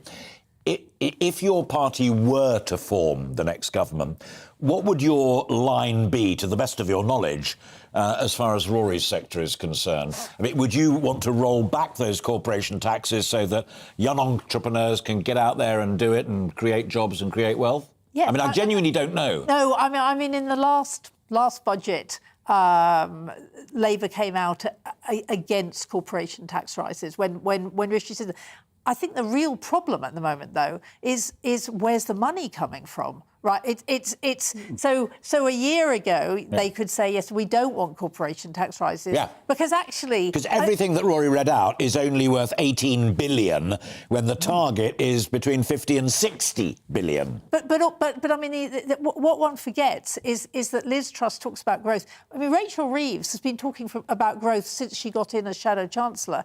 But growth in a small way, growth so that it is through business. It is about making the pie big, but not these drastic things that actually just frighten people. Can I put another thing to you that Tobias Ellwood said, and you both know because you heard me say it. I'd said to Tobias I actually wanted to talk about the safety and security of MPs, and that was important. But he agreed I would throw him one question. He said Trussonomics was vampire economics voodoo economics that appealed to the membership, i.e. go for growth, whatever, borrow to cut taxes, what have you, but was never going to win a general election. I don't know about that. It's interesting that what we're talking about with the black hole of 65 billion. Very alarming. It's a very alarming looking number. But it's really an outlier. It's the Institute of Fiscal Studies that said that. And it was basing its figures on the bank known as Citi, not necessarily Citibank, which has got a rather pessimistic view. It was talking about the economy contracting about 0.7% next year. Now, the IMF, who are not Britain's biggest fans, were actually talking about the economy expanding by 0.3% next year. Why is that? It doesn't sound very much, but it's a 1% difference. This is the same IMF that said that the earlier budget was complete nonsense and needed to be reversed. Absolutely, same one. It also said that the quasi-budget would actually deliver some growth. Now, the important thing is that the IFS in its report, once you read down past the first couple of headlines, said that 65 billion hole, if it actually exists, would be wiped out by an additional 0.75% GDP growth by 2025. So it wouldn't be that frightening. The BNP, Bank National Paribas, not the British National Party, has forecast growth in this country of 2%. The National Institute of Economic and Social Research has also forecast 2% next year and has actually said that there'll be growth in Q4 this year. So we won't be in recession. So the things that people... I'm not being complacent about it. No, but it's important that you remind folk, and I'm going to take Scarlett's view on it as well, because it really is the fundamentals of it. Yeah. That was Trussonomics. The idea was that you could borrow big to fund tax cuts that would stimulate growth, and that would then lead us to the sunny uplands, which you profoundly do not accept. And certainly on that, after my criticism of Rachel at the beginning of the first hour, on that I accept. I mean, she's clear that that is not the way forward. Yeah, I think for all of that, we then have to look at what really happened. They brought out the mini budget and the economy tanked. I mean, the markets hated it. The economy didn't tank. The markets tanked. Interest rate. No, but there's a profound difference. That's exactly what Rory was just talking about. But growth figures and what grown-ups say the economy is likely to do. And Rachel yesterday did refer to that. She said that we need to make sure that these international institutions respect the United Kingdom and respect the possibility of what we would do if in power. No, absolutely. Big difference. No, but Alastair, look at what happened. I mean, you know, you remember that Monday morning when the pound just fell and fell and fell, and nobody quite knew what to do. Right? Is that whatever might or might not happen, and the thing about Trussonomics is it's on a wing and a prayer. It could work. She thinks it could work, but I mean, actually, it's never worked anywhere else. Rory. That's what's frightening. I think that I said at the time, I think this is a heck of a risk. But if it works, it will work very, very well. I think that one of the worst things that they did was they failed to explain. The communications around the budget were abysmal. They were virtually non-existent. I was speaking to a couple of MPs just as I was coming in here. They were doing the show before, and they said that the cabinet wasn't briefed on what was coming up in the budget until they heard it on the floor of the House of Commons. Now, that's ridiculous, because that means that they can't actually explain anything, they can't defend anything, because they don't know what's happening. So they're going to be running around like headless chickens. Now, is it unique? When you saw the pound dropping that day, it did against the dollar, but so did the euro.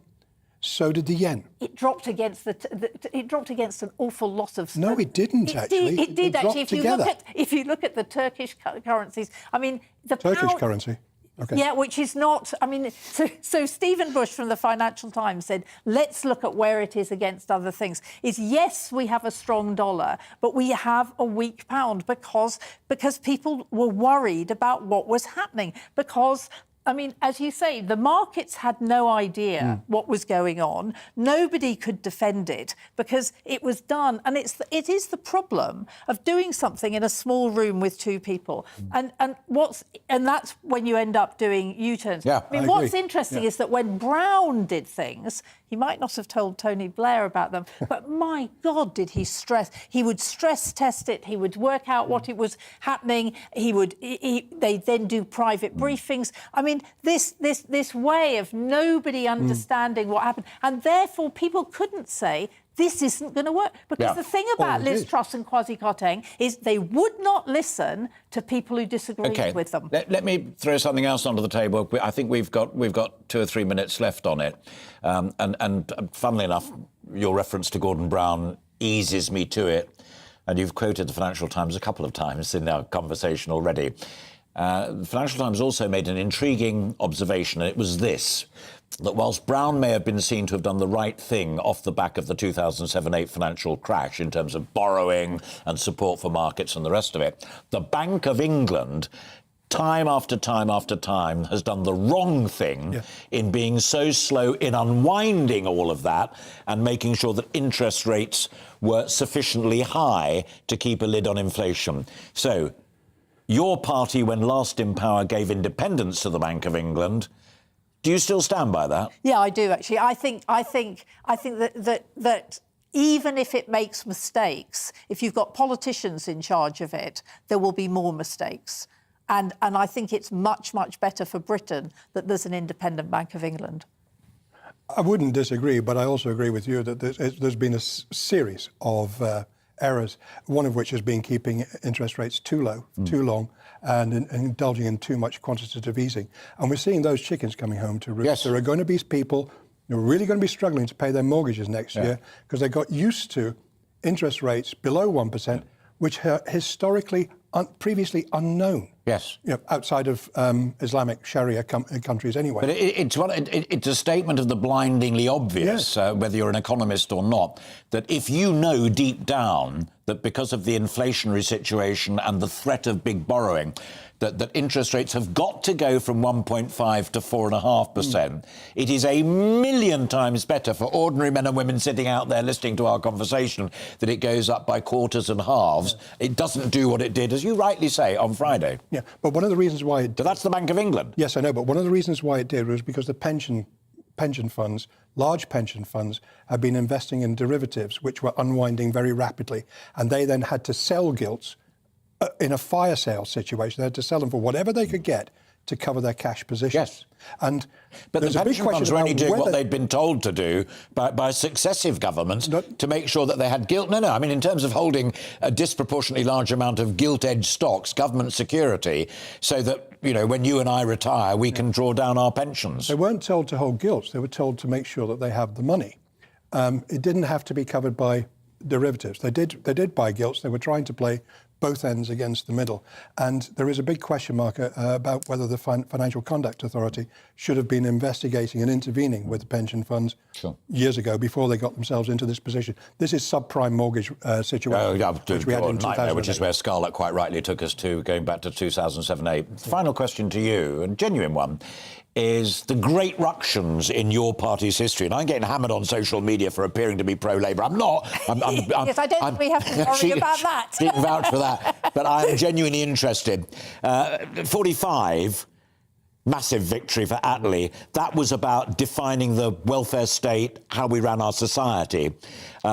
97, massive victory for Blair. That was about competence and, to an extent, the economy.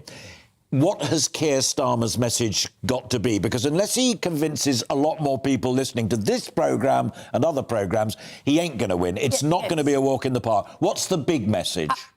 I think the big message is competence. The big message is you can trust us with the economy. We're not going to play games. We're going to tell you what we're doing. But I mean, the other message is we've got to have decent public services. We've got to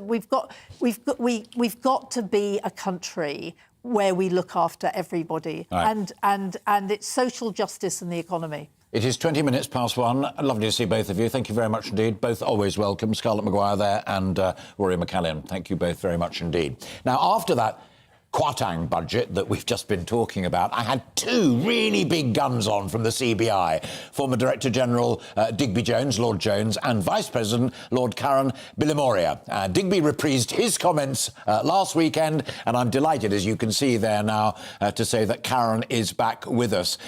You were totally in favour of that growth programme that Tobias Ellwood has just said is voodoo economics. It now looks as if it's dead in the water. This country is 1% of the world's population, and we're still the 6th largest economy in the world. Historically, we have been the 2nd or 3rd largest recipient of inward investment in the world. We've got one of the top 2 financial centers in the world, and we're the 2nd largest services exporter in the world. We have best of the best capabilities in hard and soft power, whether it's our universities or our manufacturing base. And look at where we are today and the state that we're in. I've been abroad this week, and the whole world is saying, what is this great country doing to itself? For 2 months in the summer, we had a complete standstill while we had the Conservative leadership election. We then had the results, and we had a Prime Minister, and sadly, within 2 days, Her Majesty the Queen passed away, and then we had until the 19th when her funeral took place. And in that period, those 11 days, the whole world was looking at this country in complete admiration and respect, thanks to that wonderful lady and the amazing reputation that we have as a country. And it's all come crashing down since the 23rd of September. And it's just awful. I cannot tell you how much it hurts me to see where we are today, given where we were just a few weeks ago. And I think that the main reason for it is the way that this growth program was implemented. It was rushed into, and it's my analogy with my own business. I would never make a decision whether it's a new brand or a new product without testing it with my consumers and my customers first. So if you go and rush out a growth plan without having the OBR backing you up, that's going to cause problems, and it spooked the markets. If you're going to do things like bankers' bonuses at a time like this, there's nothing wrong with it in principle to make our financial markets more competitive, but not today. If you're going to bring down corporation tax from income tax from 45% to 40%, something that should have been done a long time ago, by the way. It was 40% on Margaret Thatcher, 40% of John Major, 40% Tony Blair, 40% Gordon Brown, until he then put that poison pill of 50% before he lost his election. And George Osborne couldn't bring it down to 40% because in a coalition government, he left it at 45%. It should be at 40%. But again, not now. There's timing matters, and also it's not just what you do, but how you do it. And now, the way this is unraveled, and for the Chancellor to have made the call guy, I want to steer you, brilliant analysis of the income tax argument there and the politics of it, but how worried are you, as Rory McCallion was, my previous guest here, about putting Hunt in to reverse a lot of it, but specifically Truss and Hunt now saying those corporation tax rates, as Rishi had planned, will now go from 19 up to 25%. £18 billion hit on your members, on our British industries. And we're very disappointed about that. The whole idea why Liz Truss won her leadership campaign is that she said we cannot go on with a 70-year high of taxes and no growth and low productivity. We've got to grow the economy. And that was absolutely the right thing to say. And to do that, you've got to reduce some taxes. So reversing the national insurance, nobody argues about that. The Labour Party agrees with that.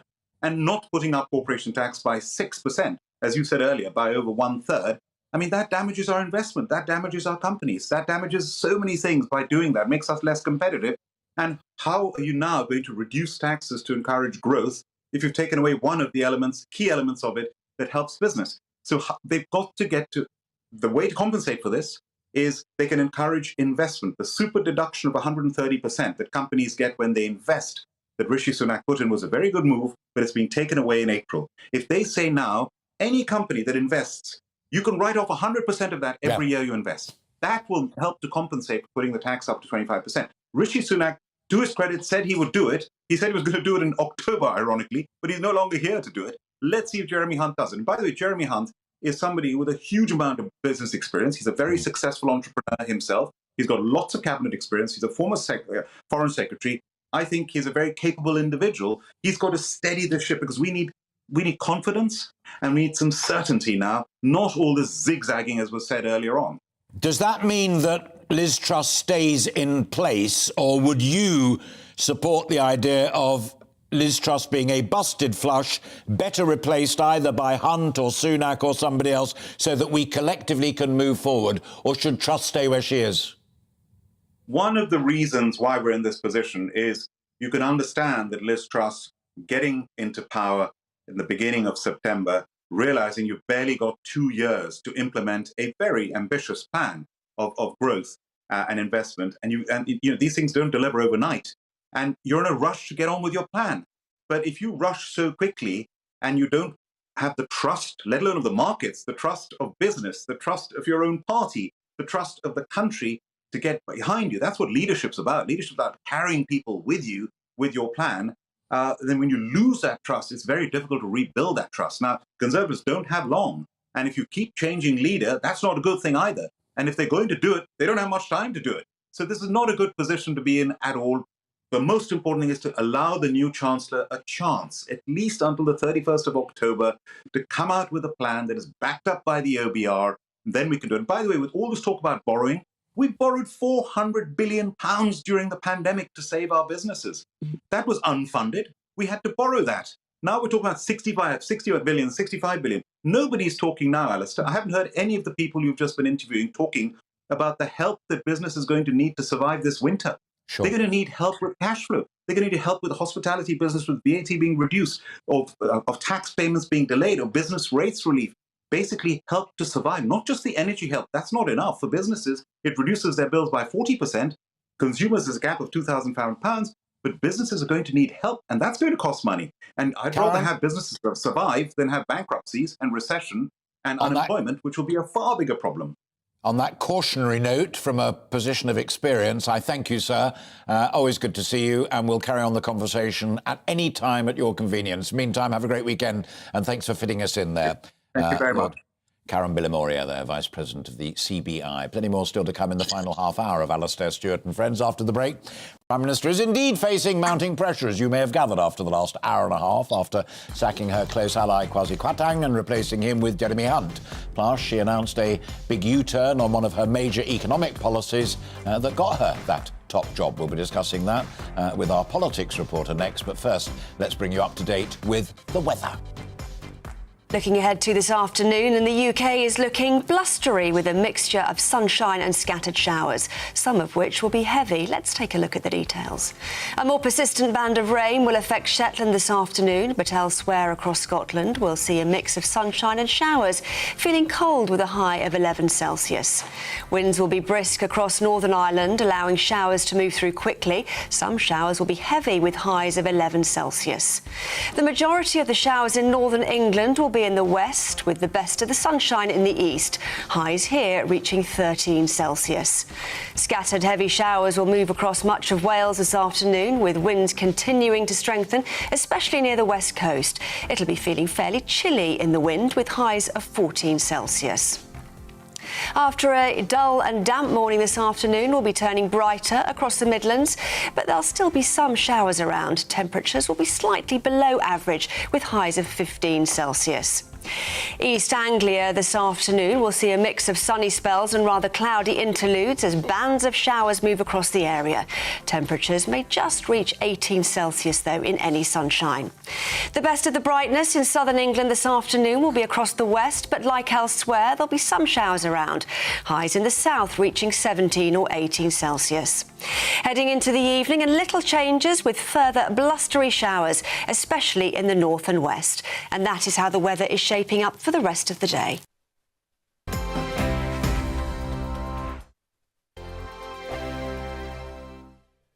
Weekday afternoons on GB News, we've got the whole of the UK covered. From 12 to 3, it's GB News Day with me, Mark Longhurst. And me, Gloria Di Piero. You'll get the very latest on everything that's been going on across our great nation. And from 3 till 6, watch out for GB News Live with me, Patrick Christys. I'm not here to mess around with all the biggest topics and guests. You will always be up to date. GB News Day and GB News Live from 12 p.m. Only on GB News. The People's Channel, Britain's news channel. Hello there, it's Eamon Holmes here from Breakfast on GB News. We're not just on your television and your screens, you know. We're on DAB plus digital radio, so you can listen to your favourite shows on the move. If you've not yet listened to GB News Radio, it's very simple. We're on your radio player and TuneIn apps, on your smart speaker, phone or tablet, or online at gbnews.uk. Take us with you wherever you go. GB News Radio. You never have to miss a moment of the People's Channel. Join my show Farage, 7 p.m. till 8 p.m. Monday through Thursday. And there you will get opinion, analysis, debate, and I'll cover stories that nobody else dares to touch. You've been cancelled. Join the club. Oh, my goodness me. And then for the last 15 minutes, talking pints. We're over a drink. We have a civilised conversation with someone. We very often disagree, but we do it in a grown-up way. Come and join me on Farage. Hello, I'm Simon Evans. Join me on GB News for Headliners at 11 p.m, where I'll be joined by two of the country's top comedians as we take a look at tomorrow's newspapers tonight. If it's a big story, we'll be covering it, I guarantee, but we'll also have some fun along the way. That's GB News Headliners at 11 p.m. We won't put you to sleep, unlike some of the other paper review shows out there. So join us, 11 p.m, 7 nights a week.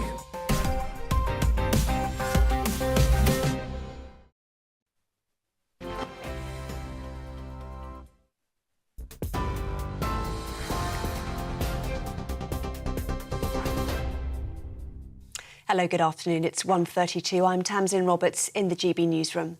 The Prime Minister has been accused of grotesque chaos, with the Labour leader criticising the government for tanking the British economy. Sir Keir Starmer told the party's Yorkshire and Humber conference that Liz Truss is clinging on to power after handing out a redundancy notice to her Chancellor. The Prime Minister is under growing pressure to restore party unity and calm the financial markets after sacking Kwasi Kwarteng yesterday. Sir Keir says there's no precedent for what the government has done to the economy. They didn't just tank the British economy. They also clung on as they made the pound sink, clung on as they took our pensions to the brink of collapse, clung on as they pushed the mortgages and bills of the British public through the roof. They did all of this. All the pain our country faces now is down to them. And there's still one person clinging on, the Prime Minister. Annual mortgage payments could rise by over £5,000 by the end of 2024 because of rising interest rates. The warning by think tank Resolution Foundation suggests more than 5 million homes could be affected. It says the predicted increase follows the mini-budget, which saw banks pulling deals from the market. The average 2- and 5-year fixed-term mortgage rates are now at their highest levels since 2008. Tributes are being paid to Sir David Amess a year after his murder. Sir David was fatally stabbed while meeting constituents in Leigh-on-Sea in Essex. A tree was planted in his honour using compost from flowers left in the area following his death. The father of 5, who'd campaigned to make Southend-on-Sea a city, was posthumously made the first freeman of the city when it finally became one. TV, online and DAB plus radio, this is GB News. Now it's back to Alastair.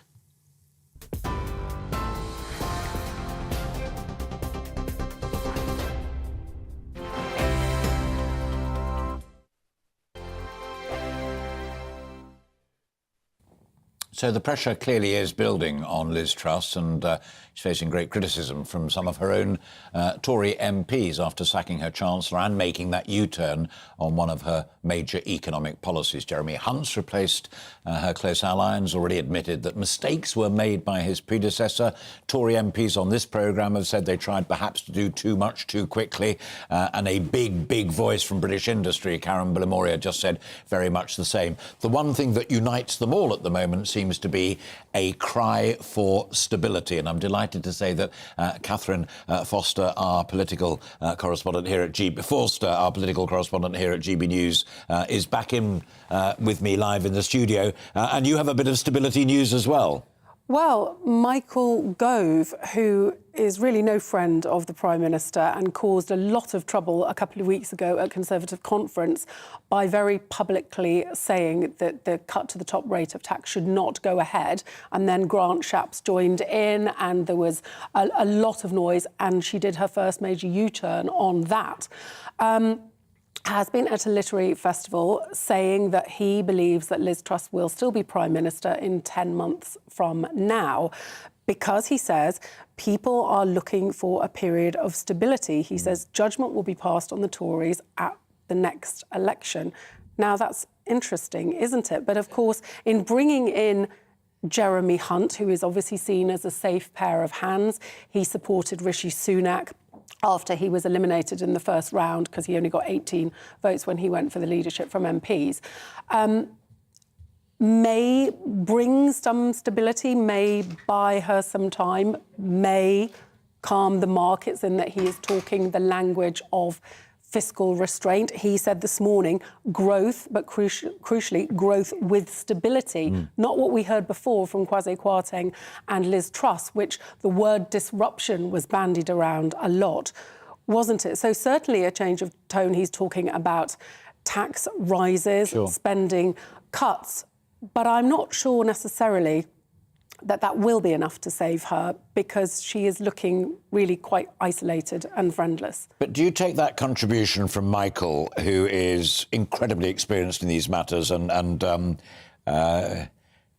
does plotting like few others do plotting? I mean, Grant Shapps is interesting because he's basically a spreadsheet man and knows where the numbers are.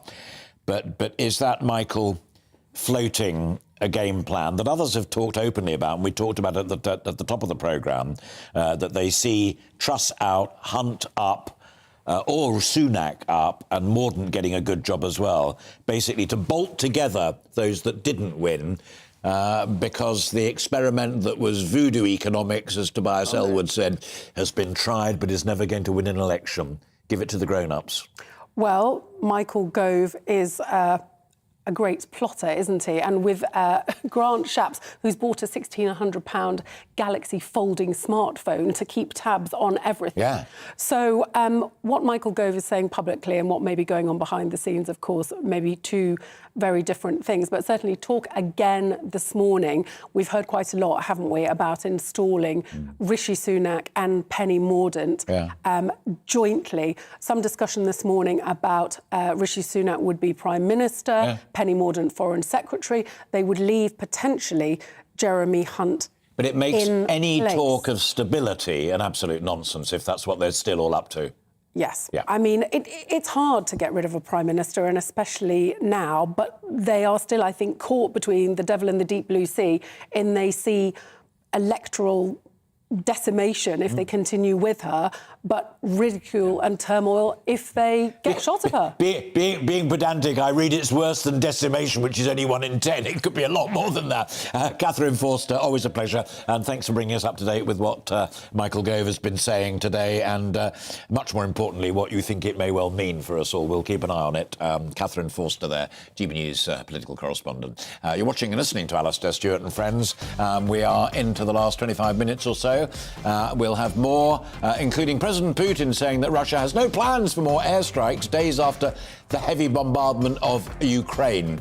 100 long-range missiles were fired at targets across the country this week. We'll be discussing the updates on the war in Ukraine next, right after this break.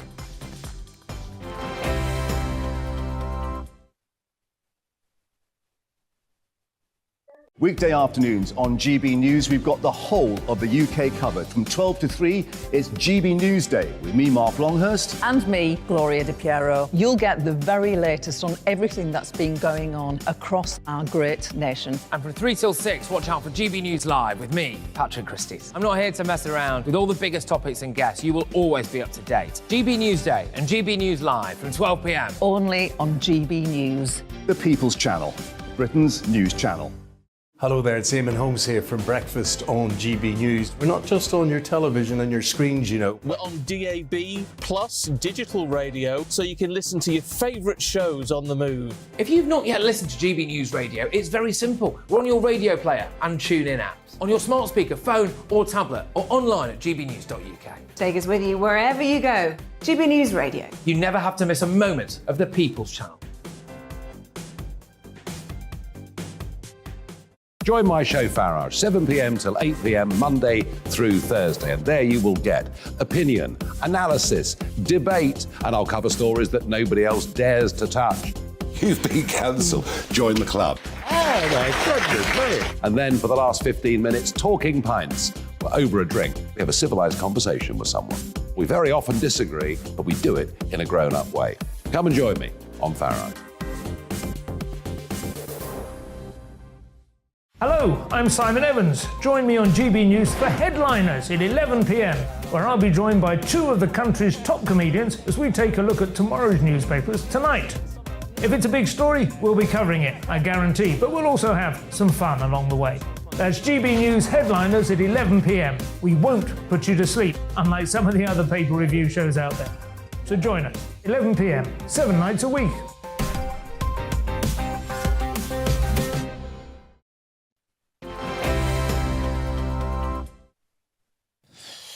Hello, you're watching and listening to Alastair Stewart and Friends on GB News. We make a conscious effort on this programme to keep you up to date with the war in Ukraine. President Putin says that Russia has no plans for more massive airstrikes on Ukraine for now, days after the heaviest bombardment of the country since the start of the conflict.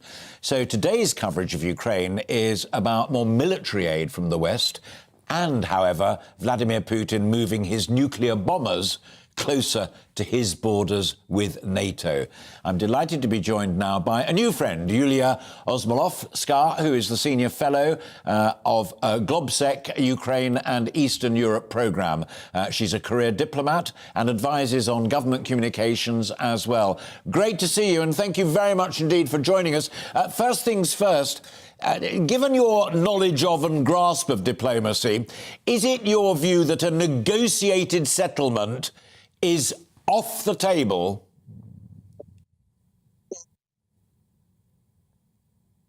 Yes, definitely. Peace settlement, especially negotiations, are off the table now, especially given the explicit explanation by our President Zelensky, who said that, yes, he's going to talk to the president of Russia, but this is going to be a new president. And we've got the decree and the decision of the Security Council just announcing all negotiations with Russia's void at the moment. So, but we also know that Russia are desperately seeking for some opportunities for a ceasefire, because they need some powers to beef themselves up, being ready at least to counterstand the Ukrainian scaled counteroffensive, which is currently happening all along the front line. Yeah, and talking of exactly that, Yulia, the recent, what I would describe as NATO plus, because it was NATO but also other countries who aspire to be a part of NATO, that meeting was absolutely clear and steadfast in terms of supporting the Ukrainian government and President Zelensky. But it was also crystal clear that the winter was going to be very, very difficult and a big challenge for Ukrainian forces. Yeah, I think it's not the challenge for Ukraine armed forces because we still got this support from our Western partners. However, we also need to discuss this. But I think that this winter is going to be a big challenge for European countries and Great Britain as well, just because of the rising living costs and intolerance probably of people rising to sustain this. So what we argue from Ukraine now, that it's in common interest both of Ukraine and our Western partners actually to help Ukraine finish this war as soon as possible, not to make it a protracted conflict, which is currently also a risk of that. Getting back to the military assistance, in relative terms, it's much better than it had been at the beginning of the war. But in absolute terms, given the ratio and speed of delivery, so basically this is not something even 50% matching of what Ukraine requested so far. So definitely we need actually the streamline and of coordination mechanism, and for Ukraine to be able to get everything it needs in autumn, just to be able to complete this counteroffensive, at least to get Russia defeat to the borders of Ukraine in eastern part of region, and probably reaching the border with the annexed Crimea. All right. Yulia Osmolov, thank you very much indeed. A pleasure talking to you, and you take care of yourself and stay safe. I hope very much we can talk again. Yulia there, as I say, Senior Fellow at the Globsec Ukraine and Eastern Europe programme, bringing you right up to date with what's happening and what the threats and challenges are in Ukraine. Now, back home, and we've been speaking a lot about the mounting pressure that the Prime Minister is facing after sacking her Chancellor and reversing one of her main economic policies that many party members and indeed some MPs had voted for. Jeremy Hunt's taken the job of Chancellor. Is he going to save her premiership? I wanted to hear the Labour point of view as well on the political scene, and we've already heard from Scarlett. She's a commentator, but I'm delighted to be joined now by Barry Gardiner, who is a Labour MP, Brent North, and a former Shadow Secretary of State for International Trade. Good to see you. Rachel Reeves said yesterday, quotes, Liz Truss should put the country first, go back to the drawing board with her budget that was devised in lockstep with her former Chancellor of the Exchequer. Why didn't Rachel just say she should resign? Well, look, I think what people want to hear from the Labour Party is constructive proposals for the people of this country, not party politicking. There are enough people in the Conservative Party, enough MPs in the Conservative Party saying that the Prime Minister should resign. It's not really any need for the Labour Party to be saying that. But you talked about mounting pressure, Alastair. The mounting pressure in the country at the moment is on the young couple that thought they were just going to get their dream of a house and find that their mortgage has been snatched away from them because it's now gone up to 6.5%. It's on those people that you reported earlier, the Resolution Foundation report, saying that it's going to, in the next 2 years, 5 million people in this country will be paying £450 on average every single month more on their mortgage. I understand That's that, where Barry, the pressure is. But let me turn it on its head. Yeah, sure. Not to make it a silly point, by any means, because I completely accept that analysis. But the real pressure is also on you and on Sir Keir and on Rachel to get a general election or a change of government, if that's what you think. Daily Telegraph tells us today there is a perfectly formed manifesto under wraps, ready to go and what have you. We're not hearing much either from Sir Keir or Rachel beyond the criticism of what's wrong. We're not hearing much on what you'd do instead if you were in power. Well, look, let me tackle that head on. Because I think you're right. What people want to know is that we can have stability, right? And they also need to see what Labour would do differently in order to get growth in the economy. Because the mantra that Liz Truss and Kwasi Kwarteng had has been all about cut taxes, you get growth. Yeah. No, it's not that simple. Because actually you need the skills base in order to do that. And if, I was talking to a manufacturer just yesterday. telling me that actually his problem was not the level of tax he was paying. His problem was the fact that he did not have the people who could come into the workplace and do the skills that he needed to perform. The labour shortage crisis. Absolutely, labour shortage crisis. Absolute huge problem. But let me just, I'm not a front bencher any longer, so I can speak with freedom. Absolutely. Crucially in international trade. Let me tell you how I would look to make sure that we didn't have the unfunded borrowing that this government is still committed to. You look at the IFS, they've projected 62 billion of unfunded borrowing. Well, let's see how we could do that without it all being related around income tax and income tax cuts. If you were to look at the windfall tax, okay, so the oil and gas companies in the UK, they actually pay the lowest rate of basic tax in 65%. No. Sorry, no, it's not. It's 65% with the windfall tax. Okay, without the windfall tax, and that's only temporary, as you know. It's actually, it was 37 was the total tax take, but 40% as the basic tax take. If you even just put that up to the average, it would bring in an extra £13.4 billion a year into the exchequer. So if you were to look at capital gains tax and say capital gains tax should be levied at the rate that you pay tax, after all, not many people on universal credit have their Picassos to sell or their second homes. That would achieve 16 billion a year for the exchequer. If you were to look at saying, I mean, you and I think most people would agree that you should pay national insurance on your income. Okay. Can I put one? Well, hang on. Let me just finish. Time is against us. Okay.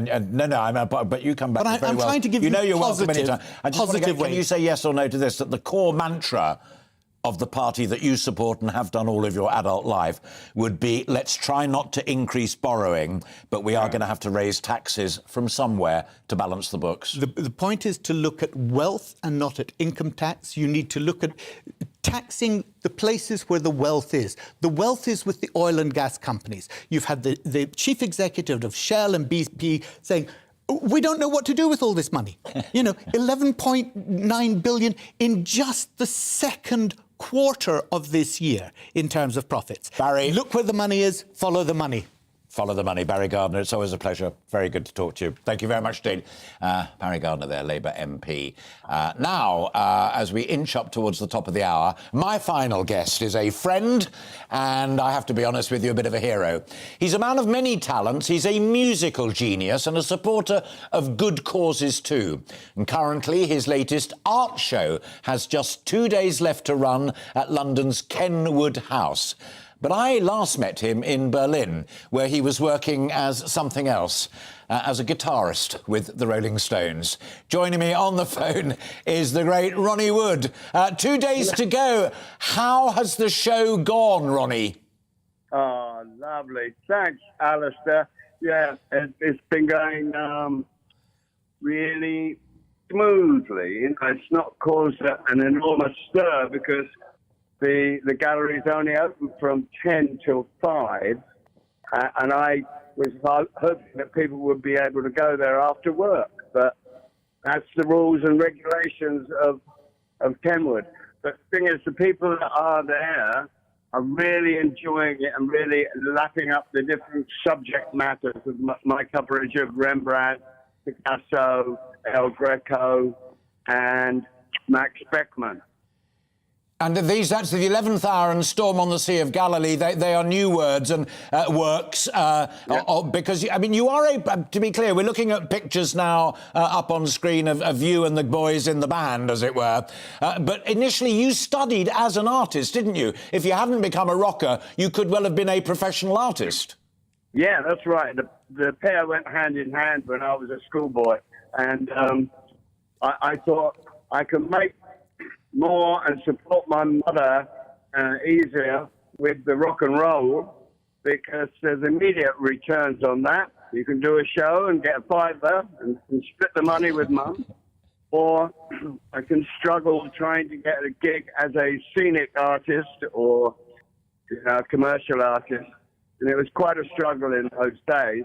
Yeah. But, Yeah, I've always been an artist. I went to Ealing Art College, and I was allowed to get my A-level earlier at Well, secondary school.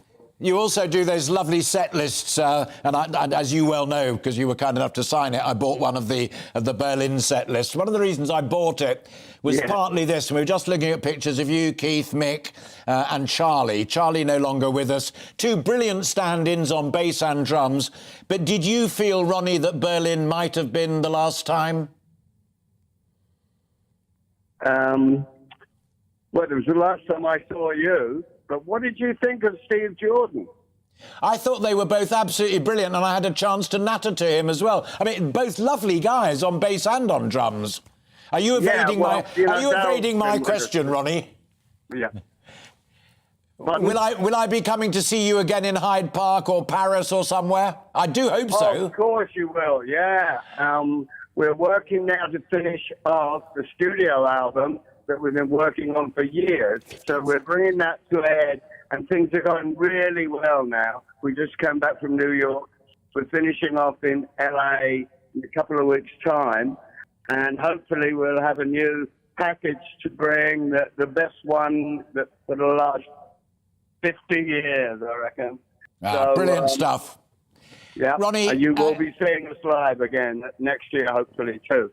Book me in, my son, and give my love to Sally and to the kids as well. Thank you very much indeed. Really lovely for you to fit us in. Thanks for having me, mate. God bless. So, Kenwood House closes at 5. That's today and tomorrow. Great art from a great guy. And I think the promise there of new music coming out and further live shows.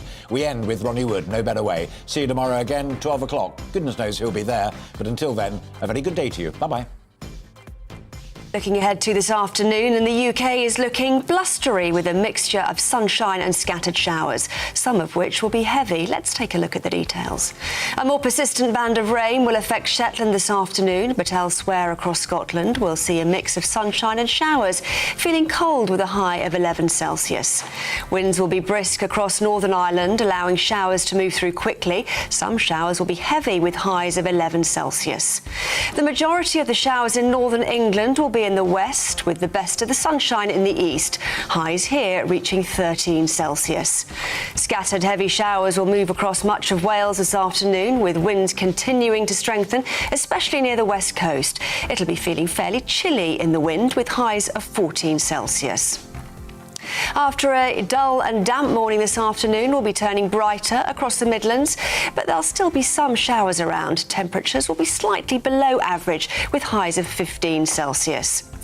East Anglia this afternoon will see a mix of sunny spells and rather cloudy interludes as bands of showers move across the area.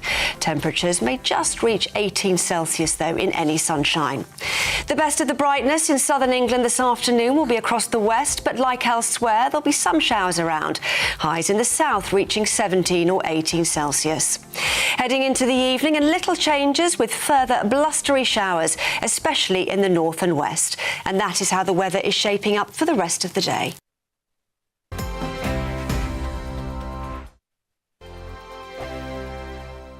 Weekday afternoons on GB News, we've got the whole of the UK covered. From 12 to 3, it's GB News Day with me, Mark Longhurst. And me, Gloria Di Piero. You'll get the very latest on everything that's been going on across our great nation. And from 3 till 6, watch out for GB News Live with me, Patrick Christys. I'm not here to mess around with all the biggest topics and guests. You will always be up to date. GB News Day and GB News Live from 12 p.m. Only on GB News. The People's Channel, Britain's news channel.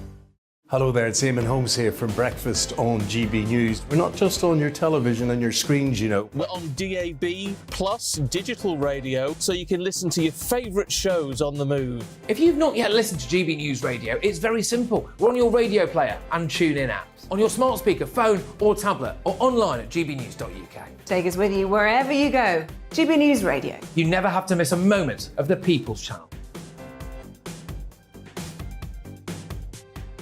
Join my show Farage, 7 p.m. till 8 p.m. Monday through Thursday. And there you will get opinion, analysis, debate, and I'll cover stories that nobody else dares to touch. You've been cancelled. Join the club. Oh, my goodness me. And then for the last 15 minutes, talking pints. We're over a drink. We have a civilised conversation with someone. We very often disagree, but we do it in a grown-up way. Come and join me on Faro. Hello, I'm Simon Evans. Join me on GB News for Headliners at 11 p.m, where I'll be joined by two of the country's top comedians as we take a look at tomorrow's newspapers tonight. If it's a big story, we'll be covering it, I guarantee, but we'll also have some fun along the way. That's GB News Headliners at 11 p.m. We won't put you to sleep, unlike some of the other paper review shows out there. So join us, 11 p.m, 7 nights a week.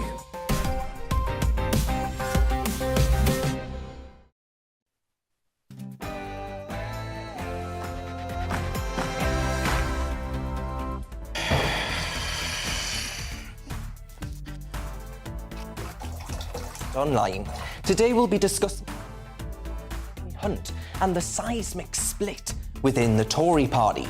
And did you know that the government has wasted another 300,000 quid on diversity czars? You couldn't make it up. All that and more, but first, here's the latest news headlines with Tamsin Roberts.